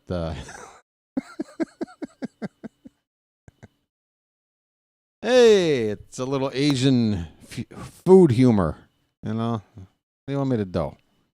I live over here. Mullins fakes going. Mountcastle fouls a 3-1 pitch straight back. It's a full count. I just had sushi the other night. Was it last night? I don't know. Time is but a construct. When you're doing this thing I'm doing. There goes Mullins. Pitch. Fouled straight back. Full count, 1 out. Mullins might be taken off on every pitch until this at-bat's over with a full count.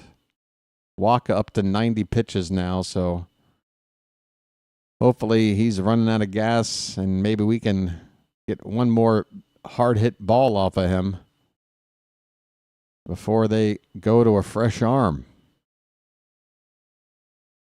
I say Mullins will go again. Let's see if I'm right. He does not. Mountcastle hits it in the air to left. That ball is falling, and it drops in for a hit. If Mullins had been running, he'd be at third base right now. Instead, it's first and second. We'll take the hit. The line keeps moving.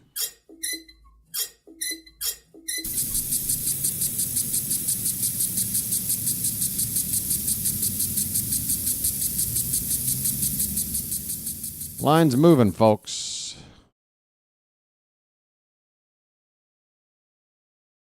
Tyler O'Neill, 1 for 1 today, is at the plate. Ahoy there! Anybody home? I hope so. First pitch to him. Oh, a fastball straight in there. Man, if he was looking to jump on a first pitch heater, that was the one. Just a straight fastball.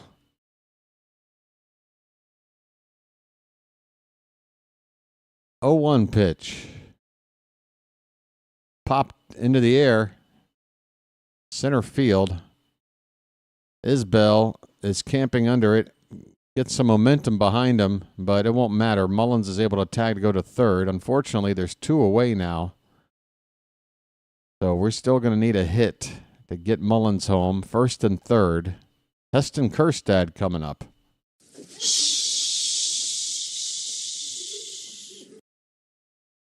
And this could be the end of the day for Wacha. With the lefty Kjerstad due up, looks like the Royals are going to go to the bullpen here and probably bring on a southpaw to face Kjerstad. We'll see if the Orioles go with a counter move. They do have Ramon Laureano as a right-handed option that could take Kjerstad's place in the field and also provide a defensive upgrade. So honestly, if you're going to pull this move and bring in a lefty, let's go with Laureano and make him pay for it. Call the bullpen, break in the action. Hey, folks, what do you think of the content here on the BirdWatcher channel? I hope you think it's all right, because guess what? I'd like you to be a regular over here and join the other bird watchers here in the Charm City chat. I mean, you don't have to chat, but you can at least be part of the family. You can do that by hitting the subscribe button at the bottom of your screen. It says subscribe. It might look like a little white pill. You don't have to take it. You just tap it. And you'll be amazed what happens next. It'll give you an option to set notifications. You can do that if you'd like, and that way you're getting a little alert every time the Orioles are playing. You know where to be. Or you can turn those notifications off. It's up to you, but you got the option. And then, there's no commitment. There's no obligation. No salesman will visit your home. You're simply helping this channel that's started from scratch and has a grassroots sort of campaign going behind it. Again, folks, this isn't... Do you see anything corporate about this? I've been talking about Sugano's camel toe for 20 minutes, all right? You see any sponsors around here, all right? So if you want like a real person who loves the team, pretty knowledgeable about the sport, has a background in sports writing, this is sort of my thing. You might want to join the channel. Think about it. It's a good one. All right, we got a lefty on lefty. Kjerstad stays in the game, goes after a first pitch slider and hits it into center field. It is down for an RBI as Mullins will come around to score. So forget Laureano. Kjerstad says, I can do this. It is 3-0 Baltimore.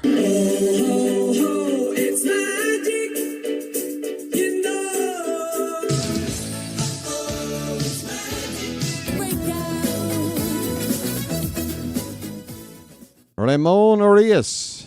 I have a brother. Takes a first pitch strike on the inside edge from Long. What was it? Shane Long? What's this guy's name? Sam Long. Foul tip of the plate. It's 0-2 on Arias. First and second, 2 down. The Orioles have a run in. First run since back in the day. When was it? Back in the second, a 2-run second.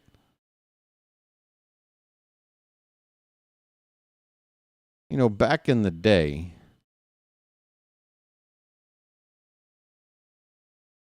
pitch, low. 1 ball, 2 strikes on Arias. So Gary Sanchez with a 2 RBI single in the second, and Heston Kjerstad against the lefty with a big 2-out knock. So all run scoring on 2-out hits from players that you like to see contributing. And this wild pitch will get away. Both runners will advance. That's an oopsie on the Royals. Mountcastle to third. Kjerstad up to second. And now a base hit scores 2. We like this wild pitch.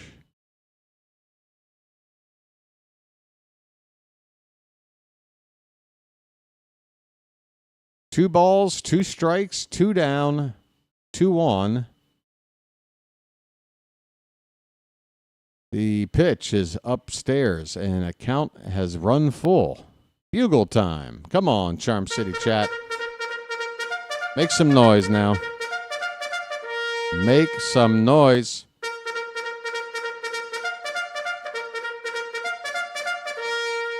Here's the ball, a comebacker, and it's off the pitcher's glove. It slows the ball down, and everybody's going to be safe. Coming in to score is Mountcastle. Infield hit for Arias and an RBI. It's 4-0. Folks.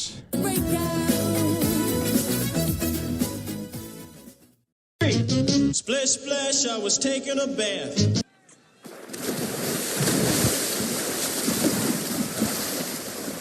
It popped right out of Long's glove, and it worked out almost like a bunt. Gary Sanchez is up again with another 2-out RBI opportunity. He takes upstairs a slider, ball 1. How about the start to the season for Ramon Arias? I can tell you this, he's definitely splitting time with Holiday against lefty starters. I'm going to assume once Gunner's up to speed and everybody's playing every day, that Ramon is going to at least take a couple of starts away from Holiday a week, I would think. There's a called strike, 2-1. But with the way he's going right now, you got to figure out, you might have to give Westberg one day to maybe DH instead of playing the field. You got to get Ramon in there. He's helping. 2-1 pitch. Popped up by Sanchez out of play. Count even up at 2-2. Well, Slater, do you remember back in the second half last season when Westberg went down and the rest of the team was struggling at the plate? Those were the two players that were producing for us, Arias and Mullins. We weren't winning a lot in the months of August, September. But when we were, those two guys and Emmanuel Rivera were helping the team out a lot. That pitch is off the plate. We got a full count. 2 down.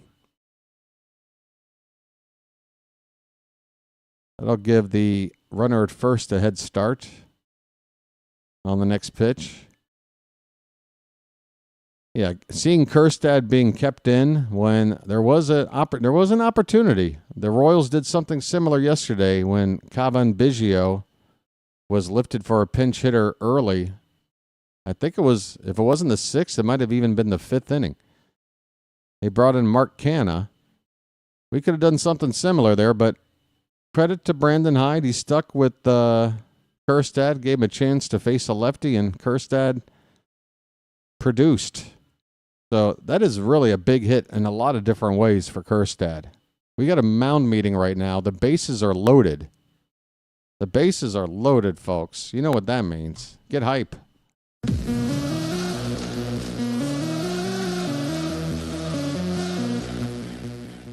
Get hype. We got a chance to blow this one open after a walk to Gary Sanchez. I'm walking here. I'm walking here. All right. Hang on your hats. 4-0. First pitch to Jackson Holiday is inside for ball 1. Here's another situation where Holiday is in there to face a lefty. Let's see what he can do. He takes, and it's off the plate outside, 2-0. Good vision from Holiday, not looking too anxious up there. In a pressure situation, bases loaded. Pitch takes there for a called strike. Long hitting the bottom of the zone with a fastball, 2-1.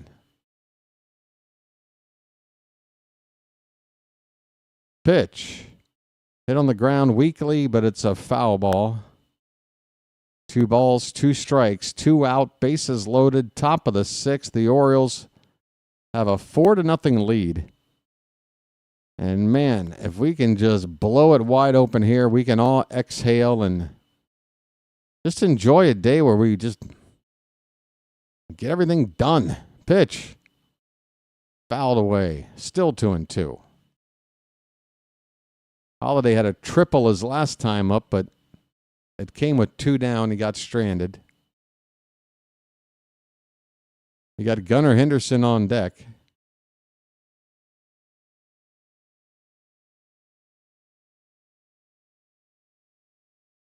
The 2-2.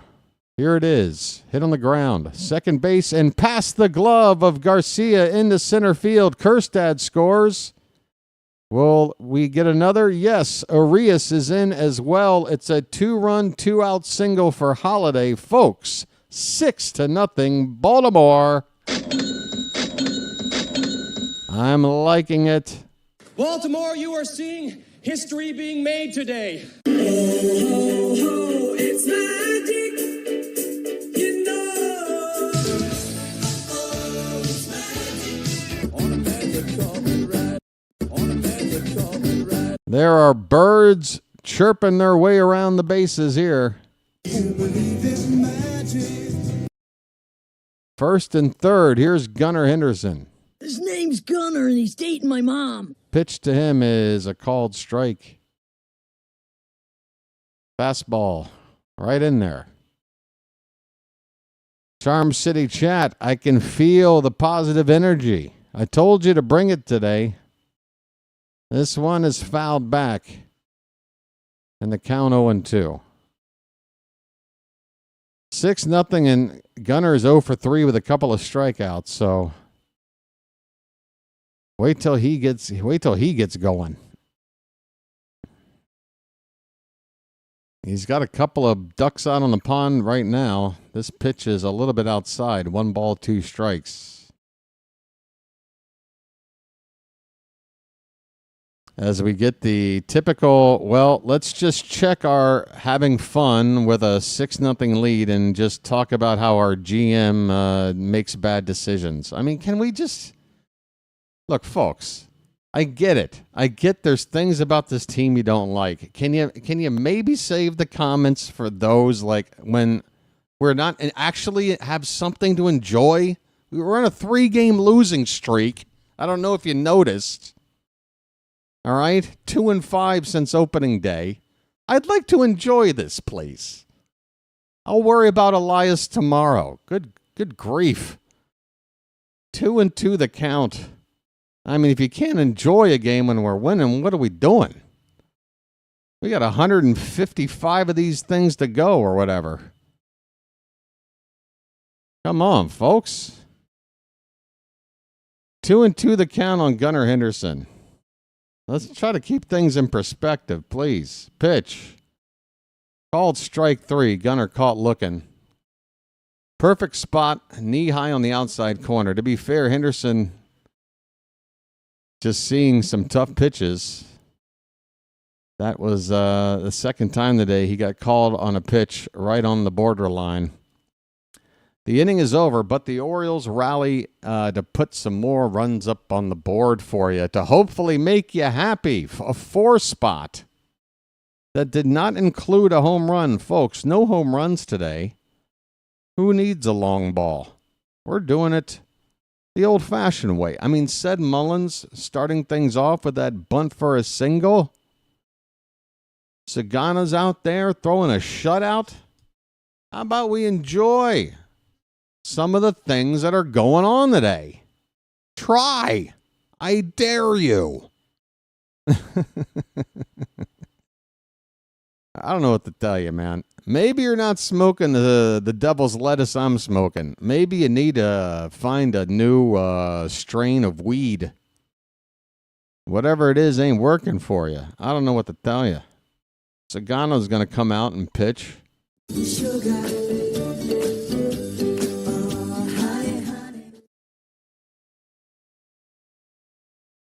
Yeah, but BW...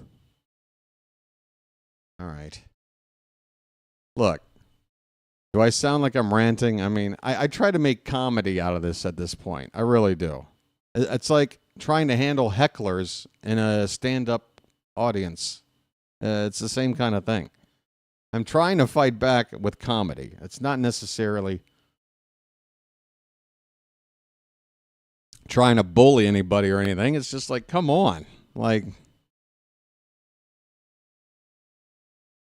speaking of that, yeah, where is, the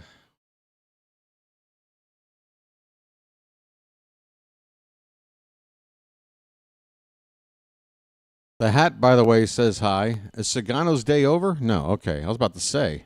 All right, here's Sugano, and here's a good look at his pants. All right. First pitch of the inning, a curveball dropping in there for a strike to Bobby Witt Jr., and this is where you can exhale. It's Bobby Witt Jr. up with the bases empty and a 6-run lead. And swinging a foul ball 0-2. Yeah, folks, can you imagine having fun? Watching baseball, America's pastime, having a cold beverage or a Lucky, whatever you're into. Here's a ball inside. And just having some fun. You know? Like, look, I'm not an idiot. I'm not sitting here watching baseball not knowing what the hell's... I know everything that's going on, okay? I know everything that's going on. Hey, what just happened? All right, other than whatever just happened, I know everything that's going on, and the 1-2 pitch is low 2-2.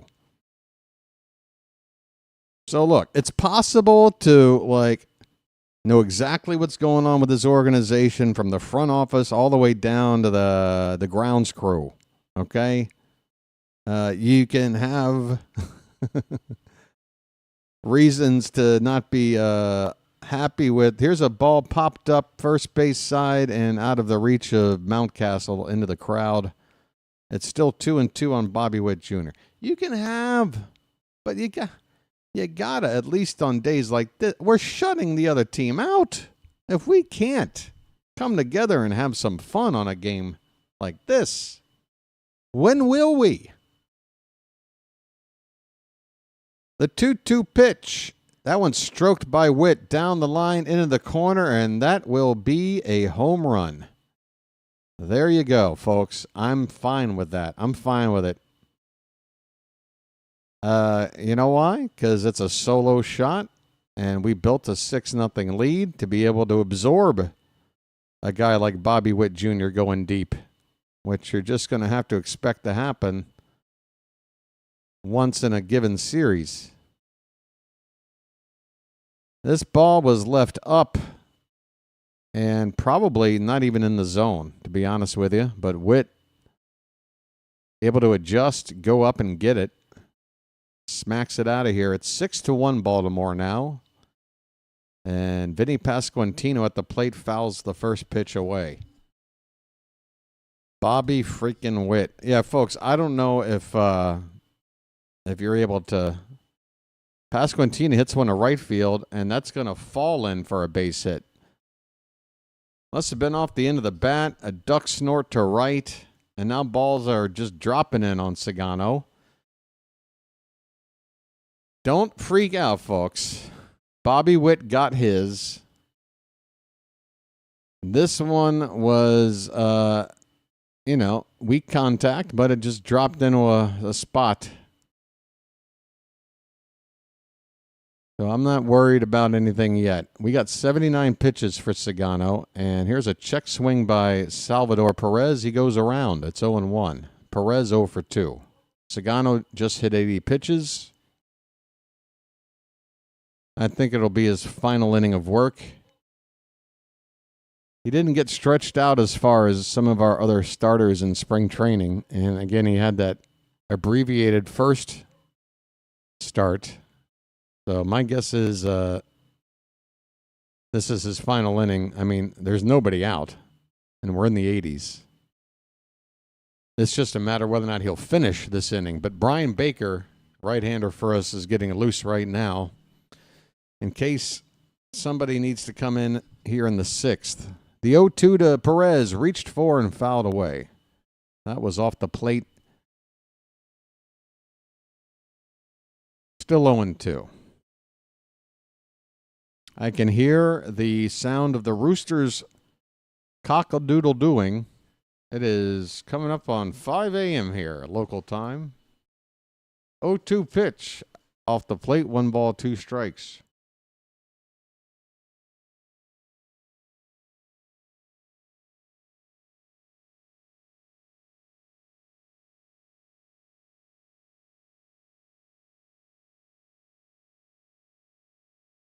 One-two pitch. Again outside on a sweeper. Count even up at 2-2. Oh, it should be coming up on 6 o'clock. Unless you're, what are you in the central time zone, Alan? Should be coming up on 6 o'clock Eastern, right? You guys are 11 hours behind me. There's a swing and a miss, Sugano.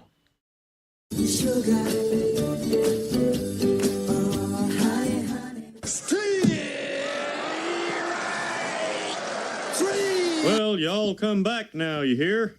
Down goes Perez.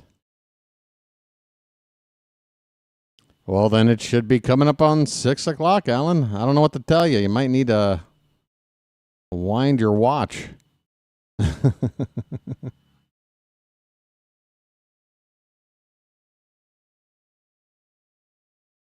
Michael Massey at the plate. The 0-1 pitch is low. 1 ball, 1 strike.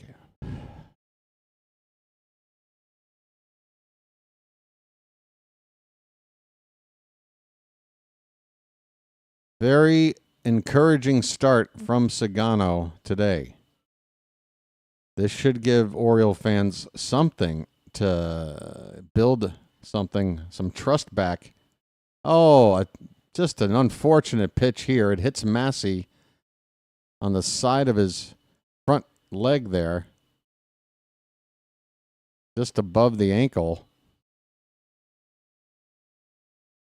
And Brandon Hyde, I think, is going to make a move right now after that. Well, that's not what you want to see Sugano's last pitch do. Hit a batter.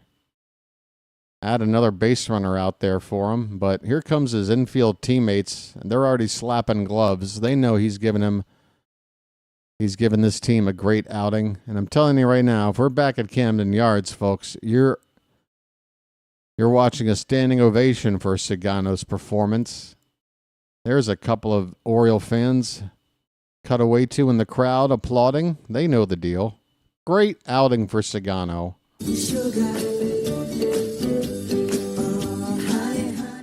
Very encouraging stuff.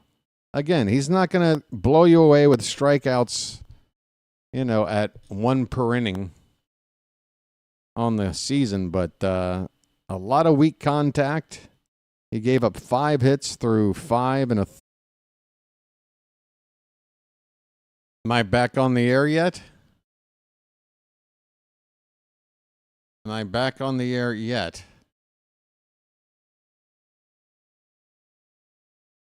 Am I back on the air yet?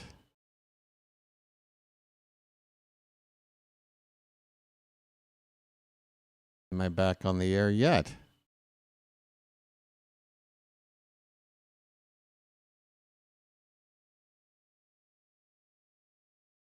Am I back on the air yet? Oh, you can hear me. Well, then why is it showing disconnected here? What is the deal? What is the deal? Okay, now it's back. It's only telling me now that I'm back. But now the game is not up. That's a problem. Looks like the internet dropped out over here for a sec. Sorry, folks. We're going to have to wait for everything to reload.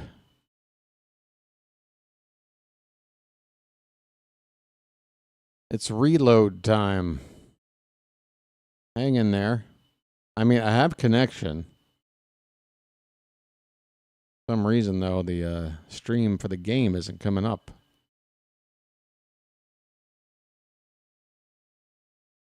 There we go. Okay, we got first and second for the Royals, 1 down. Baker with a 1-1 count on Hunter Renfroe. Ground ball to third. Arias to second for 1. Over to first. 2. A double play, and this inning is over.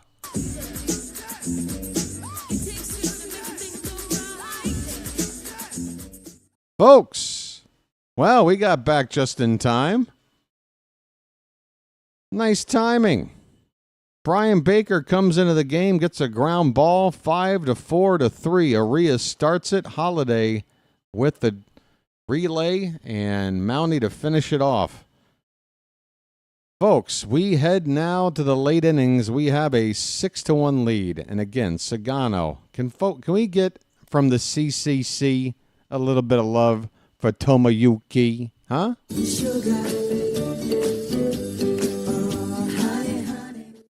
I mean, you down with CCC? Let's see if the CCC knows how to treat this situation. Folks, you down with CCC? You down with CCC? You down with CCC? Who's down with CCC? All right, Travis, thank you. Holy cow, that would have been bad. We got Travis. Thank you, Travis. And I want to thank you very much for that. I really do. That would have been like the old, like, hey, high five, huh? What? Anybody? Somebody, please hit the hand. Oh, maybe it's just. Oh, you know what? Hey, let's do another lag check, folks, because after that technical glitch, that might have made our lag time worse. So let's test it out. I'll say another number. Please type it in. The number is 6, which is the number of runs we got up on the board. Type the number 6 in, please. All right, well, that looks pretty good. I mean, that was almost instant. Chilo with a 1. Thank you, Chilo. Always doing the right thing. Matt with 4 6s, just in case. All right, folks. We are in Kansas City. It looks like the skyline is brightening up nicely. It's a nice blue sky out there now. So the weather might be cool, but at least it's not so gloomy. The weather has improved, and so has the Orioles as a team. I mean, last night was gloomy, both weather-wise and playing-wise, and now things are starting to brighten up, both in the sky and on the field. I mean, I'm a poet, and I didn't even know it. Here's Jordan Westberg to lead it off in the top of the 7th. West is that way. Chris Stratton, who came in to get the final outs in last night's game, is out here to begin the 7th on the mound for the Royals, and he's fallen behind Westberg 2-0. Let's get some more runs. Look at you guys. You guys are run hungry. This is a run-dependent offense. We depend on runs. This is a called strike to Westberg, and the count 2-1.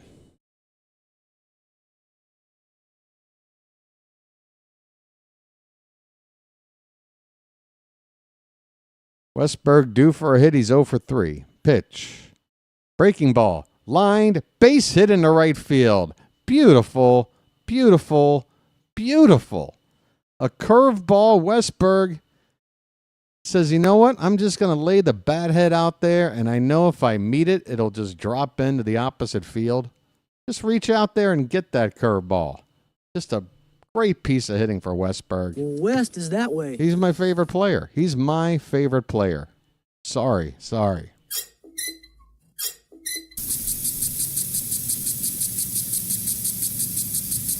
Said Mullins takes low for ball 1. And I want everybody to remember, I anointed Jordan Westberg my favorite player like in the month of April last year. I'm like, this kid has got moxie. I like the cut of his jib. Go back and check the books, folks. Long before he was an all-star. Long before he started hitting third in the order in this team. BW said Jordan Westberg is a star. It's 2-0 on Said Mullins. Well said, now you know what to do. It's 3-0 on Said Mullins. Leadoff man on with a hit. Mullins with a 3-0 count. The Orioles up by 5. Pitch. Low for ball 4. Take your base. I'm walking here. I'm walking here. And the Orioles are setting themselves up for another rally here. 2 men on, nobody out. Charm City chat is getting moist.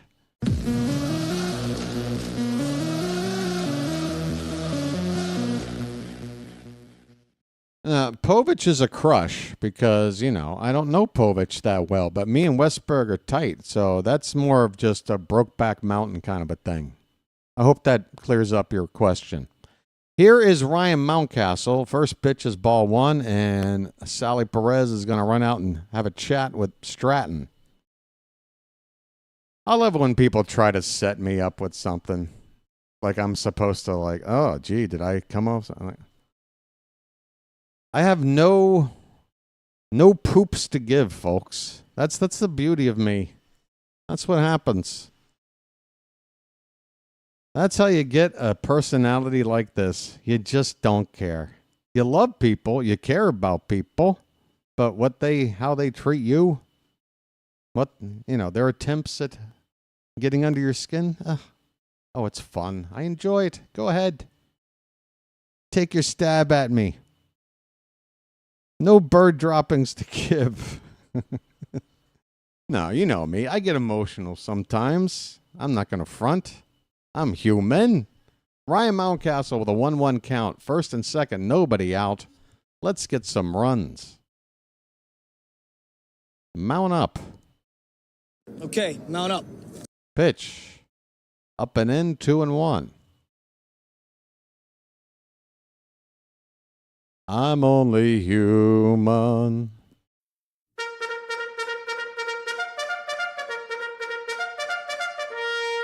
Keegan Aiken getting loose in the bullpen. The 2-1 pitch to Mountie is in there for a strike. Well placed by Stratton. Knee high on the inside corner. 2-2. This is the situation where I'm always going, why can't we do the right thing? You got 2 men on base with nobody out. Can we make this a productive at-bat without necessarily getting a hit? 2-2 pitch. Hit on the ground, foul off to the right. Still 2-2. Folks, I think we're in pretty good shape. I don't want to get ahead of myself, but I'm just feeling optimistic. So let's just say hypothetically the Orioles go on to win this game. You're going to want to come back tomorrow for that rubber game of the match. We're trying to take a series on the road and take the first series of the season. Remember, we split in Toronto. 2-2. Chopper. Towards short. Witt Jr. has to field it cleanly, and he does. But that is what we needed, folks. Guess what we just did? A productive out. It's all I ever wanted. Mountcastle moves 2 runners up, and there's only 1 out. Second and third, and now you got Tyler O'Neill up there in an RBI spot. I mean, he hits a fly ball, you drive in a run. You get a base hit, now you drive in 2. This is what I'm talking about. The infield's in, and that increases his chances. So everything is looking better, moving those runners up. First pitch is called a strike, and that looked outside. Tyler O'Neill. Ahoy there! Anybody home? I'm right here, Tyler. The 0-1. Lifted into the air. Did O'Neill get it? That's going to center field, and that ball is going to get down. A dive by the center fielder. O'Neill's hitting second. It's going to clear the bases. O'Neill will slide into third with a 3-run triple, and the Orioles have blown it wide open. Holy cow. Or is that I'm sorry, 2-run triple. 2-run triple. 2-run triple. Sorry. 2-run triple. It is 8-1. Oh my goodness. It's magic, you know.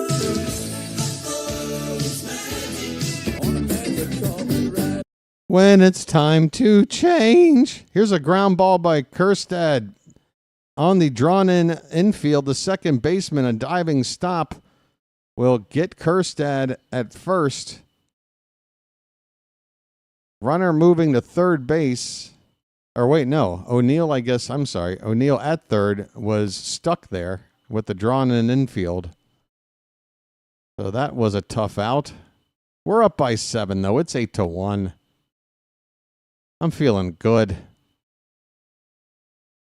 We got Ramon Urias up, and he goes after a first pitch.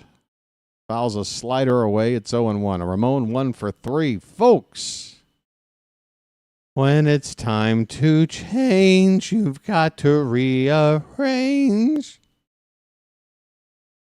What are we looking at here? Look at this. 8 runs on 11 hits, no errors. Arias fouls it away. It's 0-2. A 4 spot in the 6th, 2 more here in the 7th. How about everybody except Gunnar Henderson has a hit in this lineup, and a lot of guys with a couple of hits. Mountie with 2, O'Neill with 2, Holiday with 2. This pitch is in the dirt. 1 ball, 2 strikes to Ramon. I have a brother. Trade Mountcastle and Mateo immediately. I don't know what kind of value you're going to get back in return for Mateo. But I'm always up for a trade talk. Tell me what you're giving me, and, we'll see. 1-2 pitch. Foul back. We'll do it again. Stratton has thrown over 20 pitches in this inning.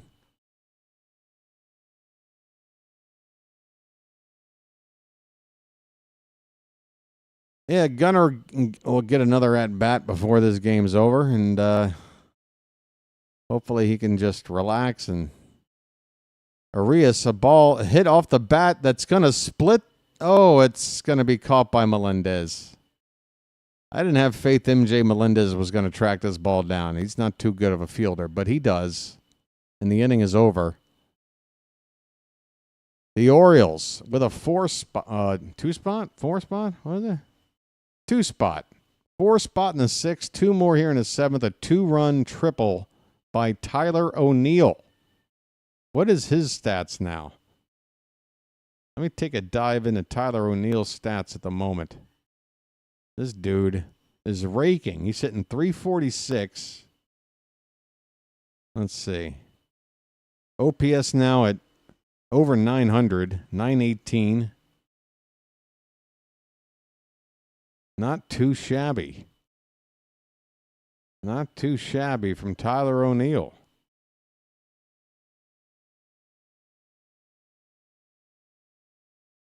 Folks, is it the stretch time yet? Where are we at? Is it going in? Yeah, it's stretch time. Holy cow, folks! I'm glad I caught it. You know what to do, folks. I mean, come on. My voice seems to be leaving me pretty quickly here. It's time to throw some cakes on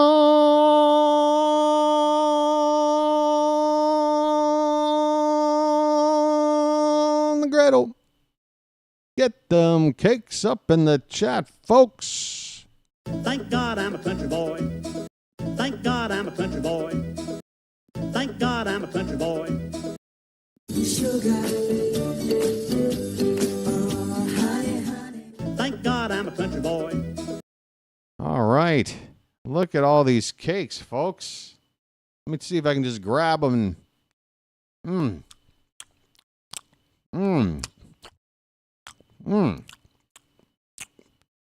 Feel like Pac-Man over here. Great. Thank you for that. Hey, folks, how we doing on the likes? Yo, Spike, I got the likes. What do you got? Look, folks, we got almost 100 people in here, but the likes are under 70. 25 of you, I know for a fact, are watching right now, and you haven't hit that like button. Please do it. Please. That's all you need to do. Leave everything else up to me. You do that. I got this, all right? We got MJ Melendez at the plate, Keegan Aiken into the game, and an 0-2 count on Melendez. Bottom of the 7th inning. Pitch is high, 1 ball, 2 strikes. Keegan, I'm not faking. Pass the bacon. Ain't no mistaken. Aiken. Pitch. Up and in, 2-2.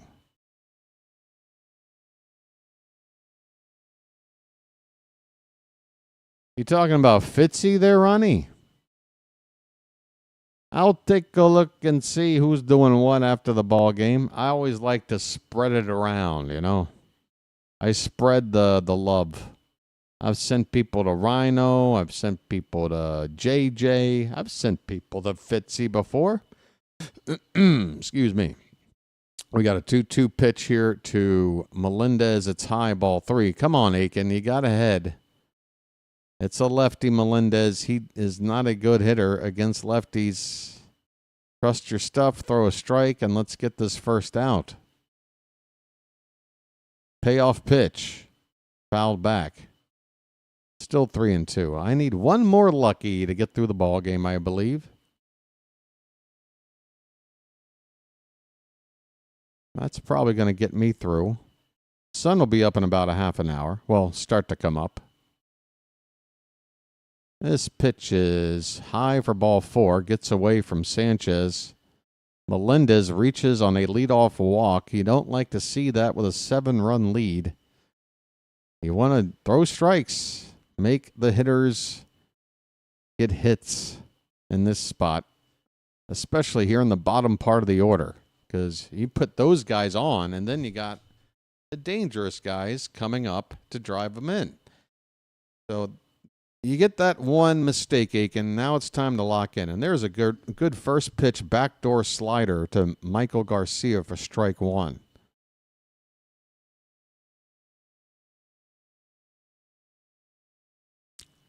Next one's inside. 1 ball, 1 strike. Folks, so stay tuned for more of the romance that we haven't seen since Dawson's Creek. That's right. Here's a line drive foul, third base side, down the line. Not since Dawson's Creek has there been a romance this magical. It's BW and Cade Povich reuniting tomorrow afternoon. Cade Povich up against Chris Bubich. Speaking of Bubich... Ladies, you know what I'm talking about with those underwire bras.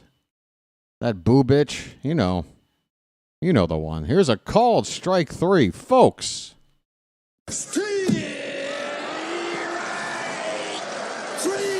Well, y'all come back now, you hear?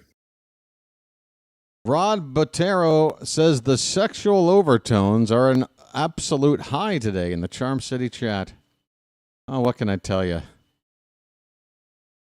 I watched a lot of John Waters movies growing up there, Rod. It's just part of my Baltimore charm.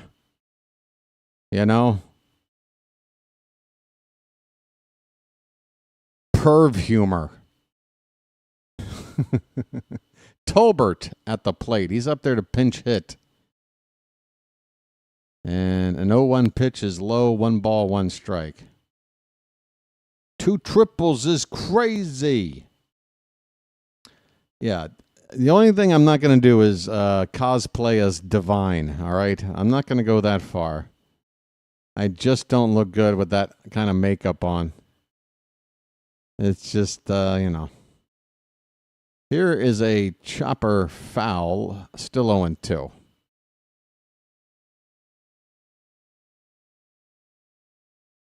In fact, there's a lot of things that I won't be doing that you might see in a John Waters movie. Won't be seeing me trying that. No. No. The 0-2 pitch is fouled straight back. I can watch it, though, and laugh my butt off. Would I do it for a Scooby snack? Yeah.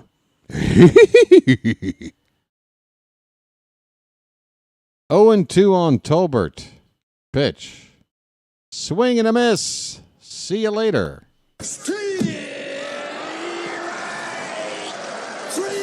Well, y'all come back now, you hear? 2 down in the inning. Like we're gonna finally win a ball game. Like, let's end this 3-game losing streak. This pitch is low to Jonathan India. Ball 1. Hey, India's hair seems to be slightly less greasy. 1-0 pitch is up and away, 2-0. Runner at first, 2 down. Bottom of the 7th.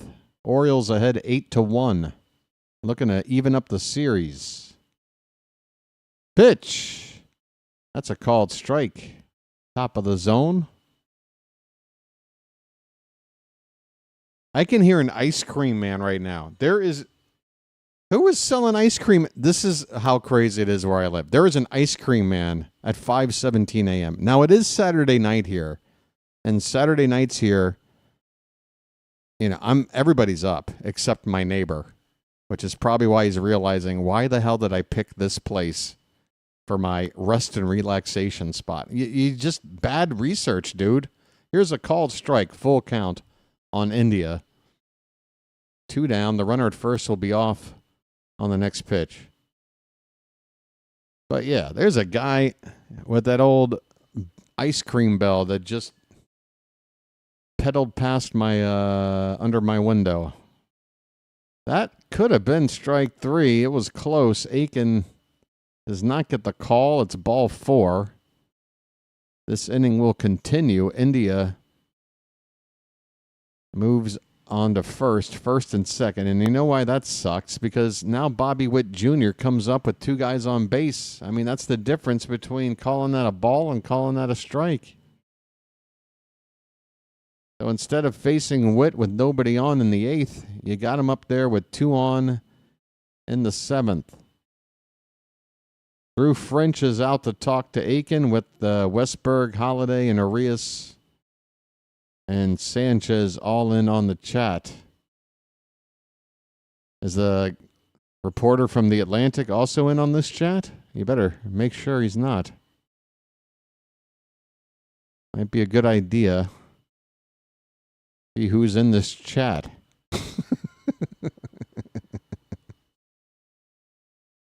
Janet, yeah, it's the 6th. It is April 6th right now where I'm sitting. And he's leaving on the 6th. He's leaving on the 6th. That's what I was told. So this might have been his last night of sleep. And he spent it listening to me, talk about some Japanese pitcher's camel toe. I'm sure he's not happy. But what are you going to do? I got to entertain an audience. And I can't do that without talking about camel toe. So 2 down. Popped up by Witt on the first pitch. This could end the inning. Henderson will make the catch. Oh, it's Holiday. Sorry, I forgot Gunner's DHing. I forgot. Holiday makes the catch near the foul line to end the inning. Keegan Aiken allows a couple of base runners, one of them on a walk that I frankly think, he got sort of hosed on. So I think it's still a decent outing for him. It's no runs on the board. We go to the 8th inning, folks. It is 8-1 Baltimore. You have today's lotto numbers. Hold on. Let me consult. It's whatever numbers the touch tone of this sound effect is giving you right here. So just go and figure out what each number of that touch tone you just heard. That's your lotto, okay? And when you win, give me the money. No, not a percentage. Give it all to me, and then I'll figure out what I'll give back to you. Because, honestly, I that's my money. If you pull that off. Once again, folks, that's for the winning lotto number today.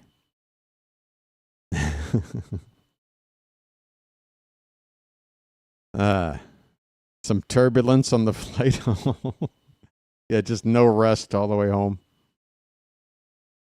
You know, it happens sometimes. You know, I got trapped on a trip to Cambodia for a visa run. When I first met, like the first year I was out here, my first visa run after year one, I'll never do it again. Like, I now make sure that this scenario never happens. But I go with a bunch of other travelers heading to Cambodia for the same situation. Early in the morning, like 5 a.m., the sun isn't up. The driver of like a 8-9 passenger vehicle goes around and picks me and the other people up to go to Cambodia, get our stuff done, and drive us back to town, right? It's a chartered excursion. Well, in this situation, I was the last person to be picked up on this ride as Gary Sanchez takes a called strike to begin the top of the 8th.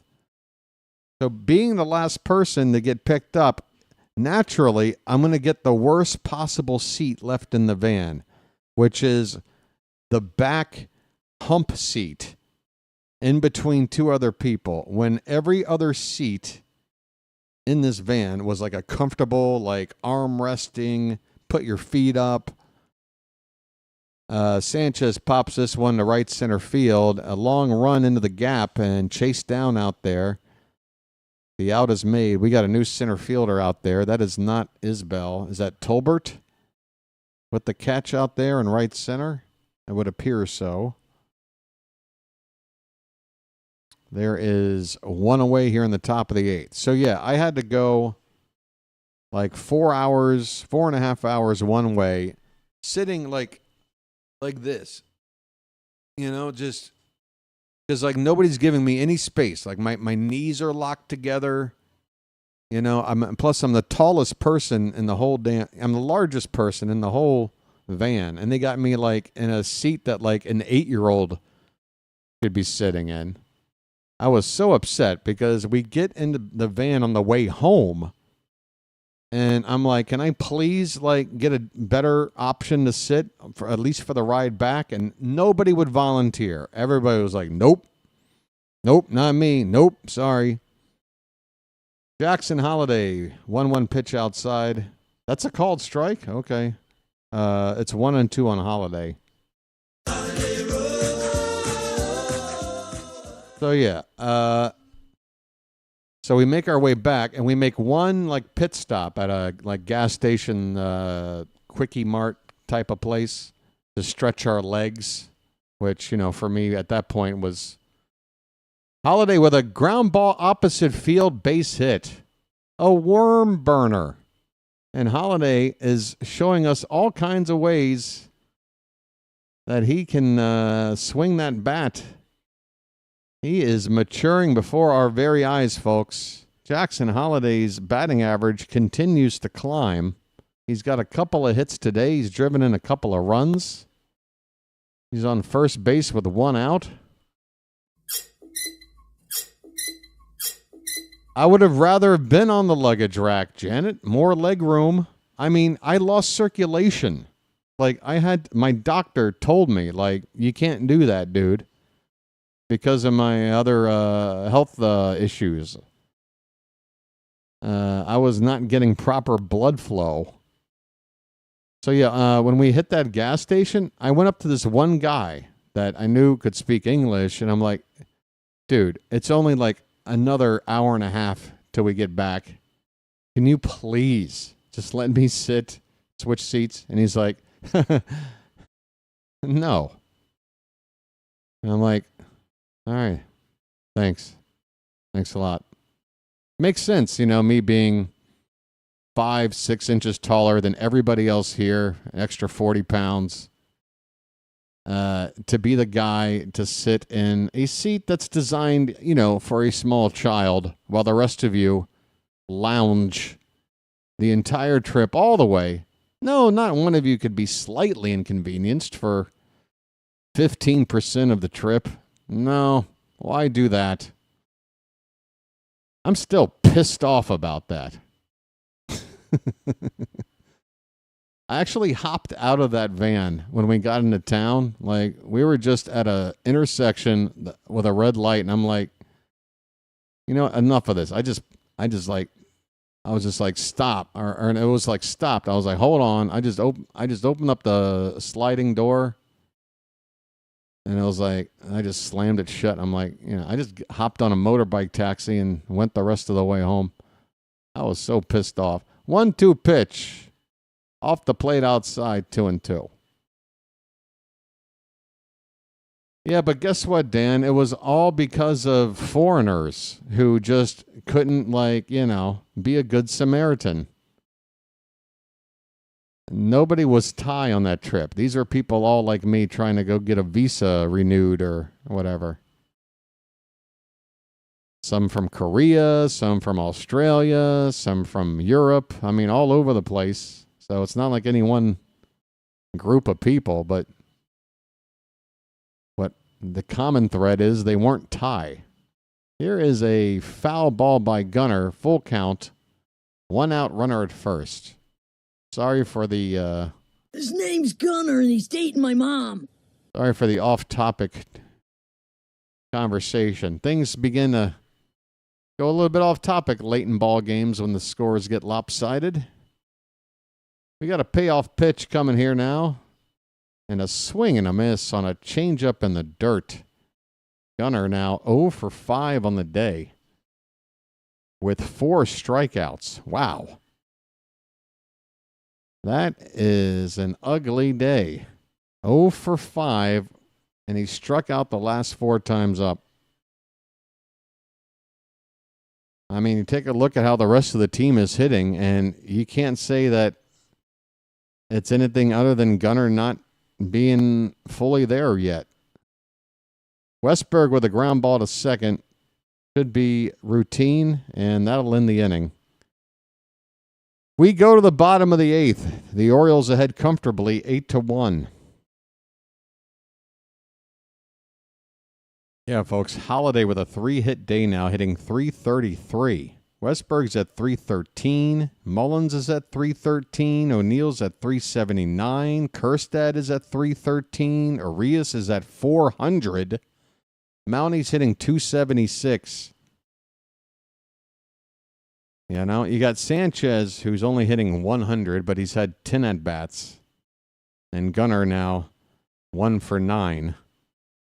So he's hitting $111. So those are 2 guys that have had just limited at-bats that, give them time to catch up to the rest of the team in terms of plate appearances. And the guys who are playing a lot are hitting well. I mean, look at these averages.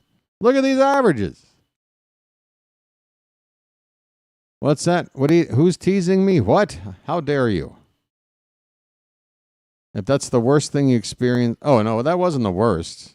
That was just really bad. You don't want to hear about the worst thing that happened out here. Ah, boy. It's like a bad episode of Melrose Place. It was just stupid circle of friends drama garbage. Ugh. Somebody had to just go and ruin a good thing. It just had a domino effect, and that's all I'll say. Because why the hell am I going to bring that up? No way. How are we doing? Has the sub count even moved? I'm going to go over here. Yeah. Okay. All right. Well, James McCann was out there, folks. Maybe you want to, I don't know, book him to perform at your next kid's birthday party or something. You can do that. Vinny Pasquantino takes a called strike. Keegan Aiken is still out here for another inning of work. He threw 24 pitches in the 7th inning, and that ball is hit hard in the right, but right at Tyler O'Neill, who makes the catch. Playing pretty deep in right for the lefty bat of Pasquantino. 1 down. Yeah, have we had a Sasquatch sighting since last night's game? I'm still trying to figure out what happened there. It was a gloomy night. There was fog, there were shadows, and out in the lurch, there was a beast up on its hind legs, just making his way through the crowd. This ball is hit by Salvador Perez, dropping in right center, but O'Neill able to chase it down before it falls in there for the second out. O'Neill playing a pretty good right field for us.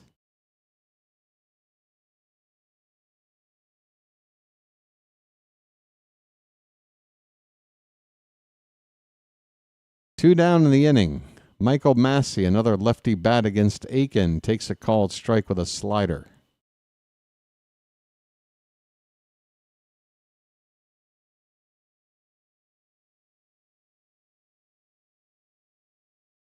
What pitcher finishes the game today?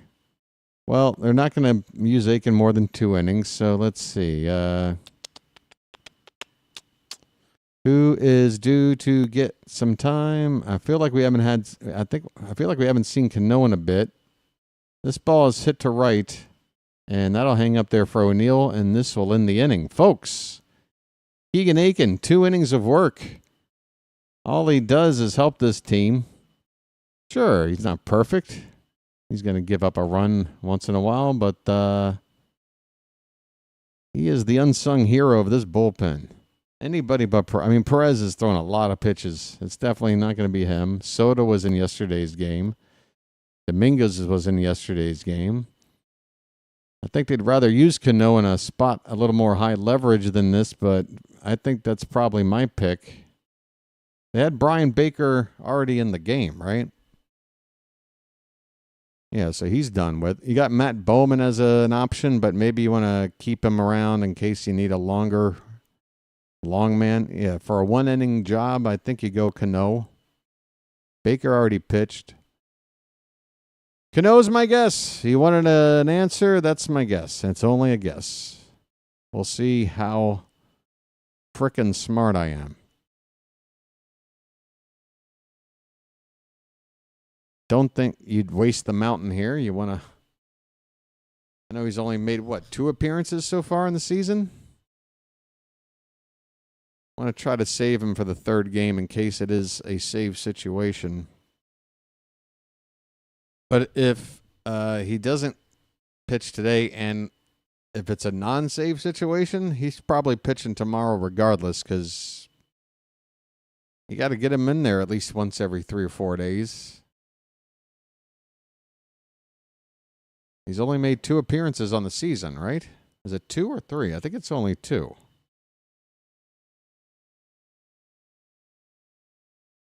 How many luckies have I had out here? I mean, the game's almost over. I can wait, can't I? Sun's coming up. Yeah, I need to reset. I need to just run down to the... So 2 o'clock. Oh, it's 2 o'clock. It's a 2 o'clock start? So 2 p.m. is the start time tomorrow? Do I have that up on the screen right at the bottom? Yeah, okay, I do. Okay, never mind. Said Mullins at the plate. Well said, now you know what to do. I used to be good at, the time difference and getting things right in my head, but lately I've been screwing up. We got a guy out here on the mound named Lynch the Fourth. Who does this guy think he is? What kind of lineage are you coming from, bud? The Fourth. I mean, at that point, come on, buddy. What are you, a king? Move on. Come up with a new name. Daniel Lynch the Fourth. 0-2 pitch. The Fourth. This is stupid. This guy should be in a duel. Not a pitching duel, but like an actual duel. 1-2 pitch. And a frame job there by Perez. He doesn't get the call. 2-2. Pitch a bit low and outside.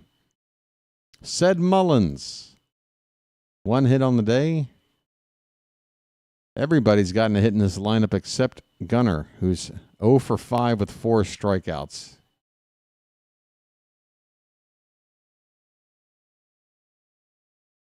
The 2-2 to Mullins. Takes off the plate. And apparently that was Ball 4. The scoreboard had 2-2. And Mullins is taking his base. I'll believe said. I'm walking here. I'm walking here. That was what it worked out before earlier, Michael. Do you want me to confirm that for you? I can tell you who we're facing in Arizona. Those probable starters should be out there. Maybe I was wrong. Yeah, we do avoid them. Zach Gallen will pitch game 1. Kelly game 2. Fat in game 3. We don't face Burns. We would have if Burns had started opening day, because that's where Zach Gallen's slot in the rotation is. He starts game 1. That would have been Burns. 2-0 on Ryan Mountcastle. Okay, mount up.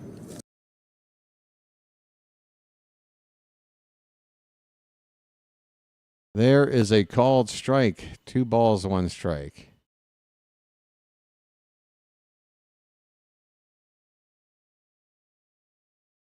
Everybody's dating my mom.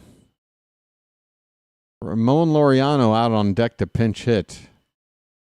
Mountcastle goes after a low fastball, gets pretty good wood on it, but it's going to be tracked down out there in deep right center field.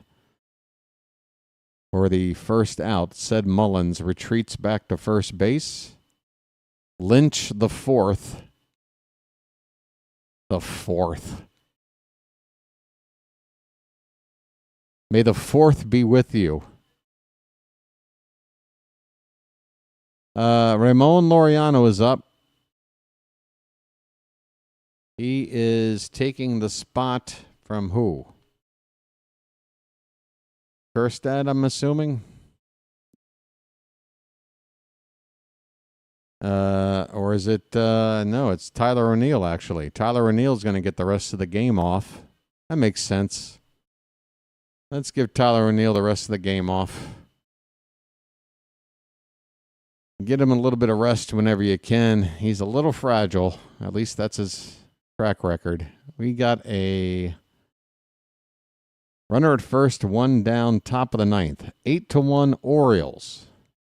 Pitch is a knuckle curve that's a bit low, I guess. Looked pretty good. Ball 1.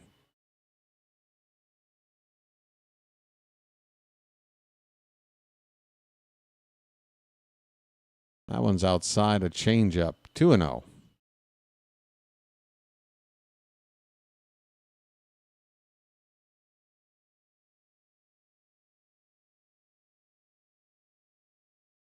Next pitch, inside.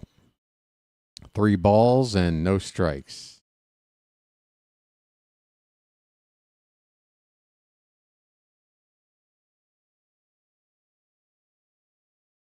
Folks, if you weren't around for yesterday's ball game, Ram Jam made a special guest appearance. Here's a called strike, 3-1 on Laureano. It was awfully kind of Ram Jam to stop by. Maybe I can play a replay of their appearance here in the next half inning. Called strike 2. Laureano thought it was ball 4.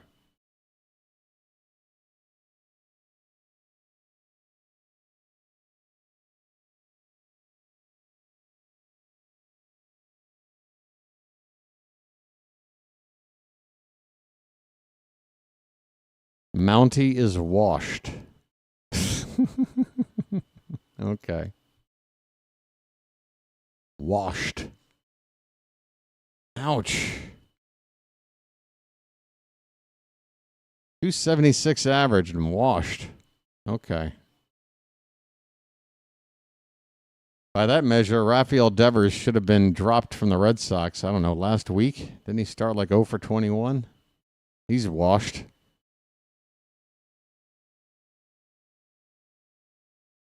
Full count on Laureano. Pitch is a bit high. That's ball 4. A 1-out walk puts 2 men on base. Lynch the 4th. He's done. He's washed. He's done. It's over. Hey, you know who I remember saying that a bunch last year about? Ramon Arias. Hey, Slicer, are you going to be honest and acknowledge the fact that a lot of Oriole fans said that Ramon Arias was done? He's washed. He needs to be DFA'd. We need to make room for Kobe Mayo. Get Ramon off this team. You remember people saying that about Ced Mullins as well? He's washed. Time for Ced to go. Any of that ring a bell? Any of that ring a bell? Because, gee, they don't look washed to me right now. Pays to be tough. What, is this you being tough? You're being tough on him? He can't hear you. What are you talking about? Pays to be tough. Expand on this, please. Learn your boy. I need to learn from you, buddy. How does it pay to be tough in this situation? Help me out. 2 down as we go. Oh, make it out number 3. What happened to Heston Kjerstad? I don't know. I got distracted. But we're going to the bottom of the 9th. The Orioles are ahead 8-1, and I'm almost done with this. So are you going to acknowledge that? Are you going to acknowledge that the same was said by Ramon Arias and Ced Mullins last year? Can you acknowledge that, please? Or are we just going to pretend like that wasn't the case? And am I now making a valid point about maybe you're giving up on a guy a little too fast? Maybe. You know? Why does everyone want to be the first? I got to be the first to say somebody's washed. I got to be the first. Like what? It gives you online social media cred? Yeah, that guy, he knows his stuff. He was the first to say he's washed. He was the first. That guy is playing 5D chess while the rest of us are just sitting here with drool pouring out of the corner of our mouths. Okay. He's washed. Gotcha. All right. Great take.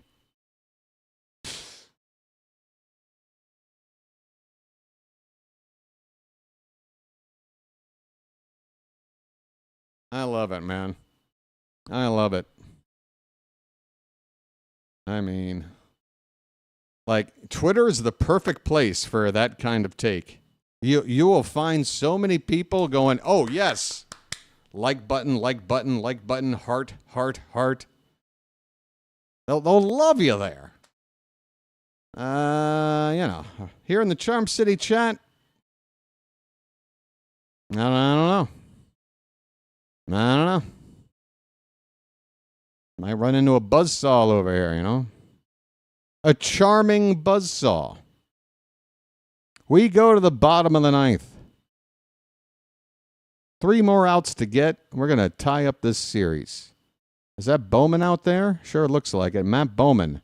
So I guessed wrong. I said, Bowman, well, you might want to keep him in case you need a long relief guy tomorrow, but there he is. He's behind Hunter Renfroe, 1-0. Pitch. Popped up on the infield.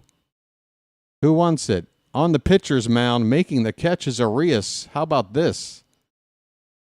He had to run onto the mound and make the catch all at once. So slightly more difficult than you would think, but that's the first out here in the bottom of the 9th. 2 more outs to go, folks. A pretty comprehensive looking win we got here. Even with a washed up Ryan Mountcastle, somehow we were able to figure it out today. The 1 out first pitch to MJ Melendez is a strike at the top of the zone.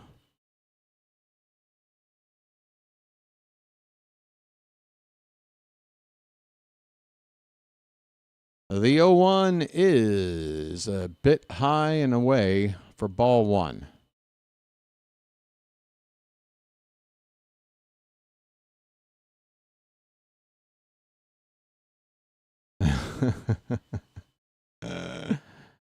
Pitch. That's low. Split finger from Bowman. 2 balls, 1 strike. Melendez is 1 for 2 today. Just his second hit of the season.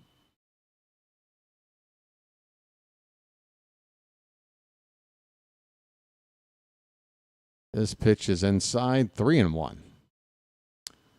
Pocket Watch checking in from the Alamo Dome. What's going on down there? Was there like a WWE WrestleMania or something? What's the big event? Is it Final Four?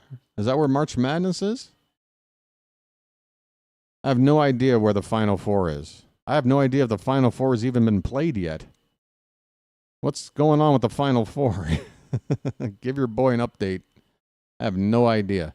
Payoff pitch coming to Melendez. That ball is stroked into right field. Backing up on it is Laureano. He's on the track. He makes the catch. That one just stays in the yard. 2 down in the bottom of the 9th. So is that in the Alamo Dome then? Is that where Pocket Watch is? Seems like a venue that would take a Final Four event. Michael Garcia, the last hope for the Royals. Boy, folks, I hope you stick around for the postgame show because we got a lot of fun, positive things to talk about after this performance. I mean, the only real negative, let's get it out of the way, Gunnar Henderson, he might have looked good in his rehab assignment, but signs that he's not caught up yet for, big league action. He has looked bad at the plate, and that error in the field, he hasn't had to, play defense today, so his only job was to hit, and it was not too pretty. 1-1 pitch to Garcia outside, 2-1. So, yeah, the Alamo Dome. Nice Pocket. You got good seats. Hey, by the way, what a great place to advertise, Pocket Watch.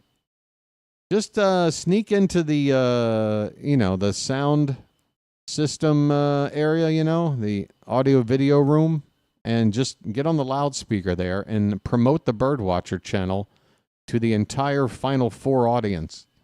Would you mind? That would be great. 2-2 pitch.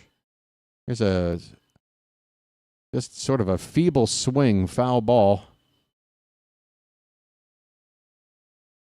Royals are down to their final strike.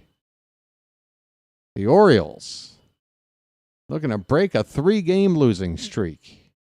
Let's start a win streak. I think Rob mentioned that on the last community post. There is come on, Blue. What a perfect way to end the game. Bowman knew that was, okay. The close-up diagram on replay says that ball was a hair low. So fine, whatever. We'll get this guy. Full count, 2 out, nobody on, pitch. Hit on the ground, third base, Ramon. Over to first, in time, and this ball game is over. The Orioles. That 3-game losing streak is over, and it is a comprehensive win. Nothing really sloppy about this one. Final score, Orioles 8, Royals 1.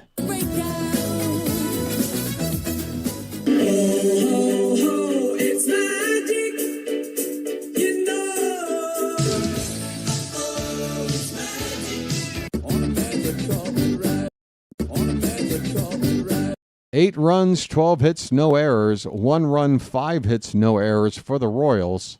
Both teams left 7 men on base. Yeah, all right. So now we're back to 1 game under 500 at 4-5. Again, folks, everybody in the lineup today with a hit at least. Only Gunnar Henderson, the exception. And his day was ugly. Let's not read too much into it. Let's just chalk it up as a guy that needs a little bit of time to get caught up. Once he's caught up, he'll be good to go. But honestly, I don't think Brandon Hyde is going to do it, although he has shown me this season he's willing to be a little bit more flexible. He's done things like had Sed Mullins hit cleanup simply because he was driving in runs here early in the season. So he is doing a little tinkering with the lineup, a little bit more than he has in the past. But maybe the best thing for Gunnar is maybe hit a little bit lower in the lineup until, it's not like it's going to really hurt the team if he has a 3-hit game hitting 6th, 7th in the order, Once he has that game, we can move him right back into his typical spot. But honestly, you got a guy hitting leadoff. You don't want to go 0 for 5, striking out 4 times. Maybe move Gunnar down in the order here until further notice. That would be my only sort of suggestion to Brandon Hyde. But otherwise, very promising bounce back from the offense against Michael Wacha. Westberg with a hit and a run. Mullins with a hit and 2 runs. Mountie with 2 hits, scored 2 runs, and he's washed up. Tyler O'Neill with a couple of hits, including that 2-run triple. He's also scored a run. Kerstad had a hit, a run scored, a run batted in. Ramon with a hit, a run scored, a run batted in. Sanchez with a hit, a couple of RBI. And Jackson Holiday is 3 for 4 with a couple of RBI. He's hitting .333, folks. You want to talk about a guy that might wind up hitting leadoff at some time down the road. I mean, Jackson Holiday, to me, was always projecting to be a guy that could potentially hit leadoff for you. It's not just the fact that he can hit, but he's got a history of being able to draw walks as well, and he's got that speed. So if he's going to start hitting for average, I say we give him a chance at the top of the order. Maybe not too quickly, but he's comfortable where he is right now. But eventually, I see this lineup evolving where a guy like Holiday might lead off. A guy like Gunnar might be hitting more like third. But that's the beauty, folks. We've got an abundance of riches as far as the bats go, except that one washed up guy, I guess. But even with all that said, and even though Tomoyuki Sugano winds up with a non-quality start, just 5 1/3 innings, I'm going to give player of the game to Sugano because we needed a pitching performance like that where, he didn't give up a long ball. He, mostly kept hitters off balance enough to induce weak contact. He only gave up the 1 walk, scattered 5 hits, struck out 4. Not too shabby. He's got a 2.89 ERA to begin his Oriole and Major League career. Brian Baker gets a couple of outs. He has still got a 0 ERA. Keegan Aiken, 2 scoreless innings. He's got a 3.18 ERA. You'll take that. And then Matt Bowman, he's been helping out. 3 up, 3 down inning. He's got a 1.69 ERA. Folks, I tell you the averages, I tell you the ERAs, there's reasons to be very happy with the state of this team on paper with the production. We've just had a couple of bad outings. It's been early. I don't think we're as bad as we've looked. And I'll also acknowledge that opening day, we're not as good as that. We're somewhere in between. We're a competitive team. We're going to figure this thing out. And we're going to go and try and win our first series of the season tomorrow afternoon. So that will involve Cade Povich against Chris Bubich. Booby, baby.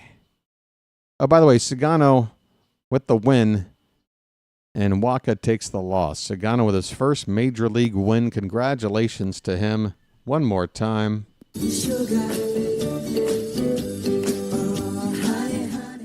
Good stuff from Sugano. And, maybe Charlie Morton was a bad move, but maybe Sugano was a good one. But that would involve saying, hey, good on Mike Elias to go grab that pitcher out of Japan that nobody else seemed to be interested in. We don't want to possibly say that Elias maybe sometimes makes good moves, sometimes makes bad moves. Kind of like the rest of us in life. Sometimes we've made good decisions. Sometimes we've made bad ones. I don't know. What am I, nuts?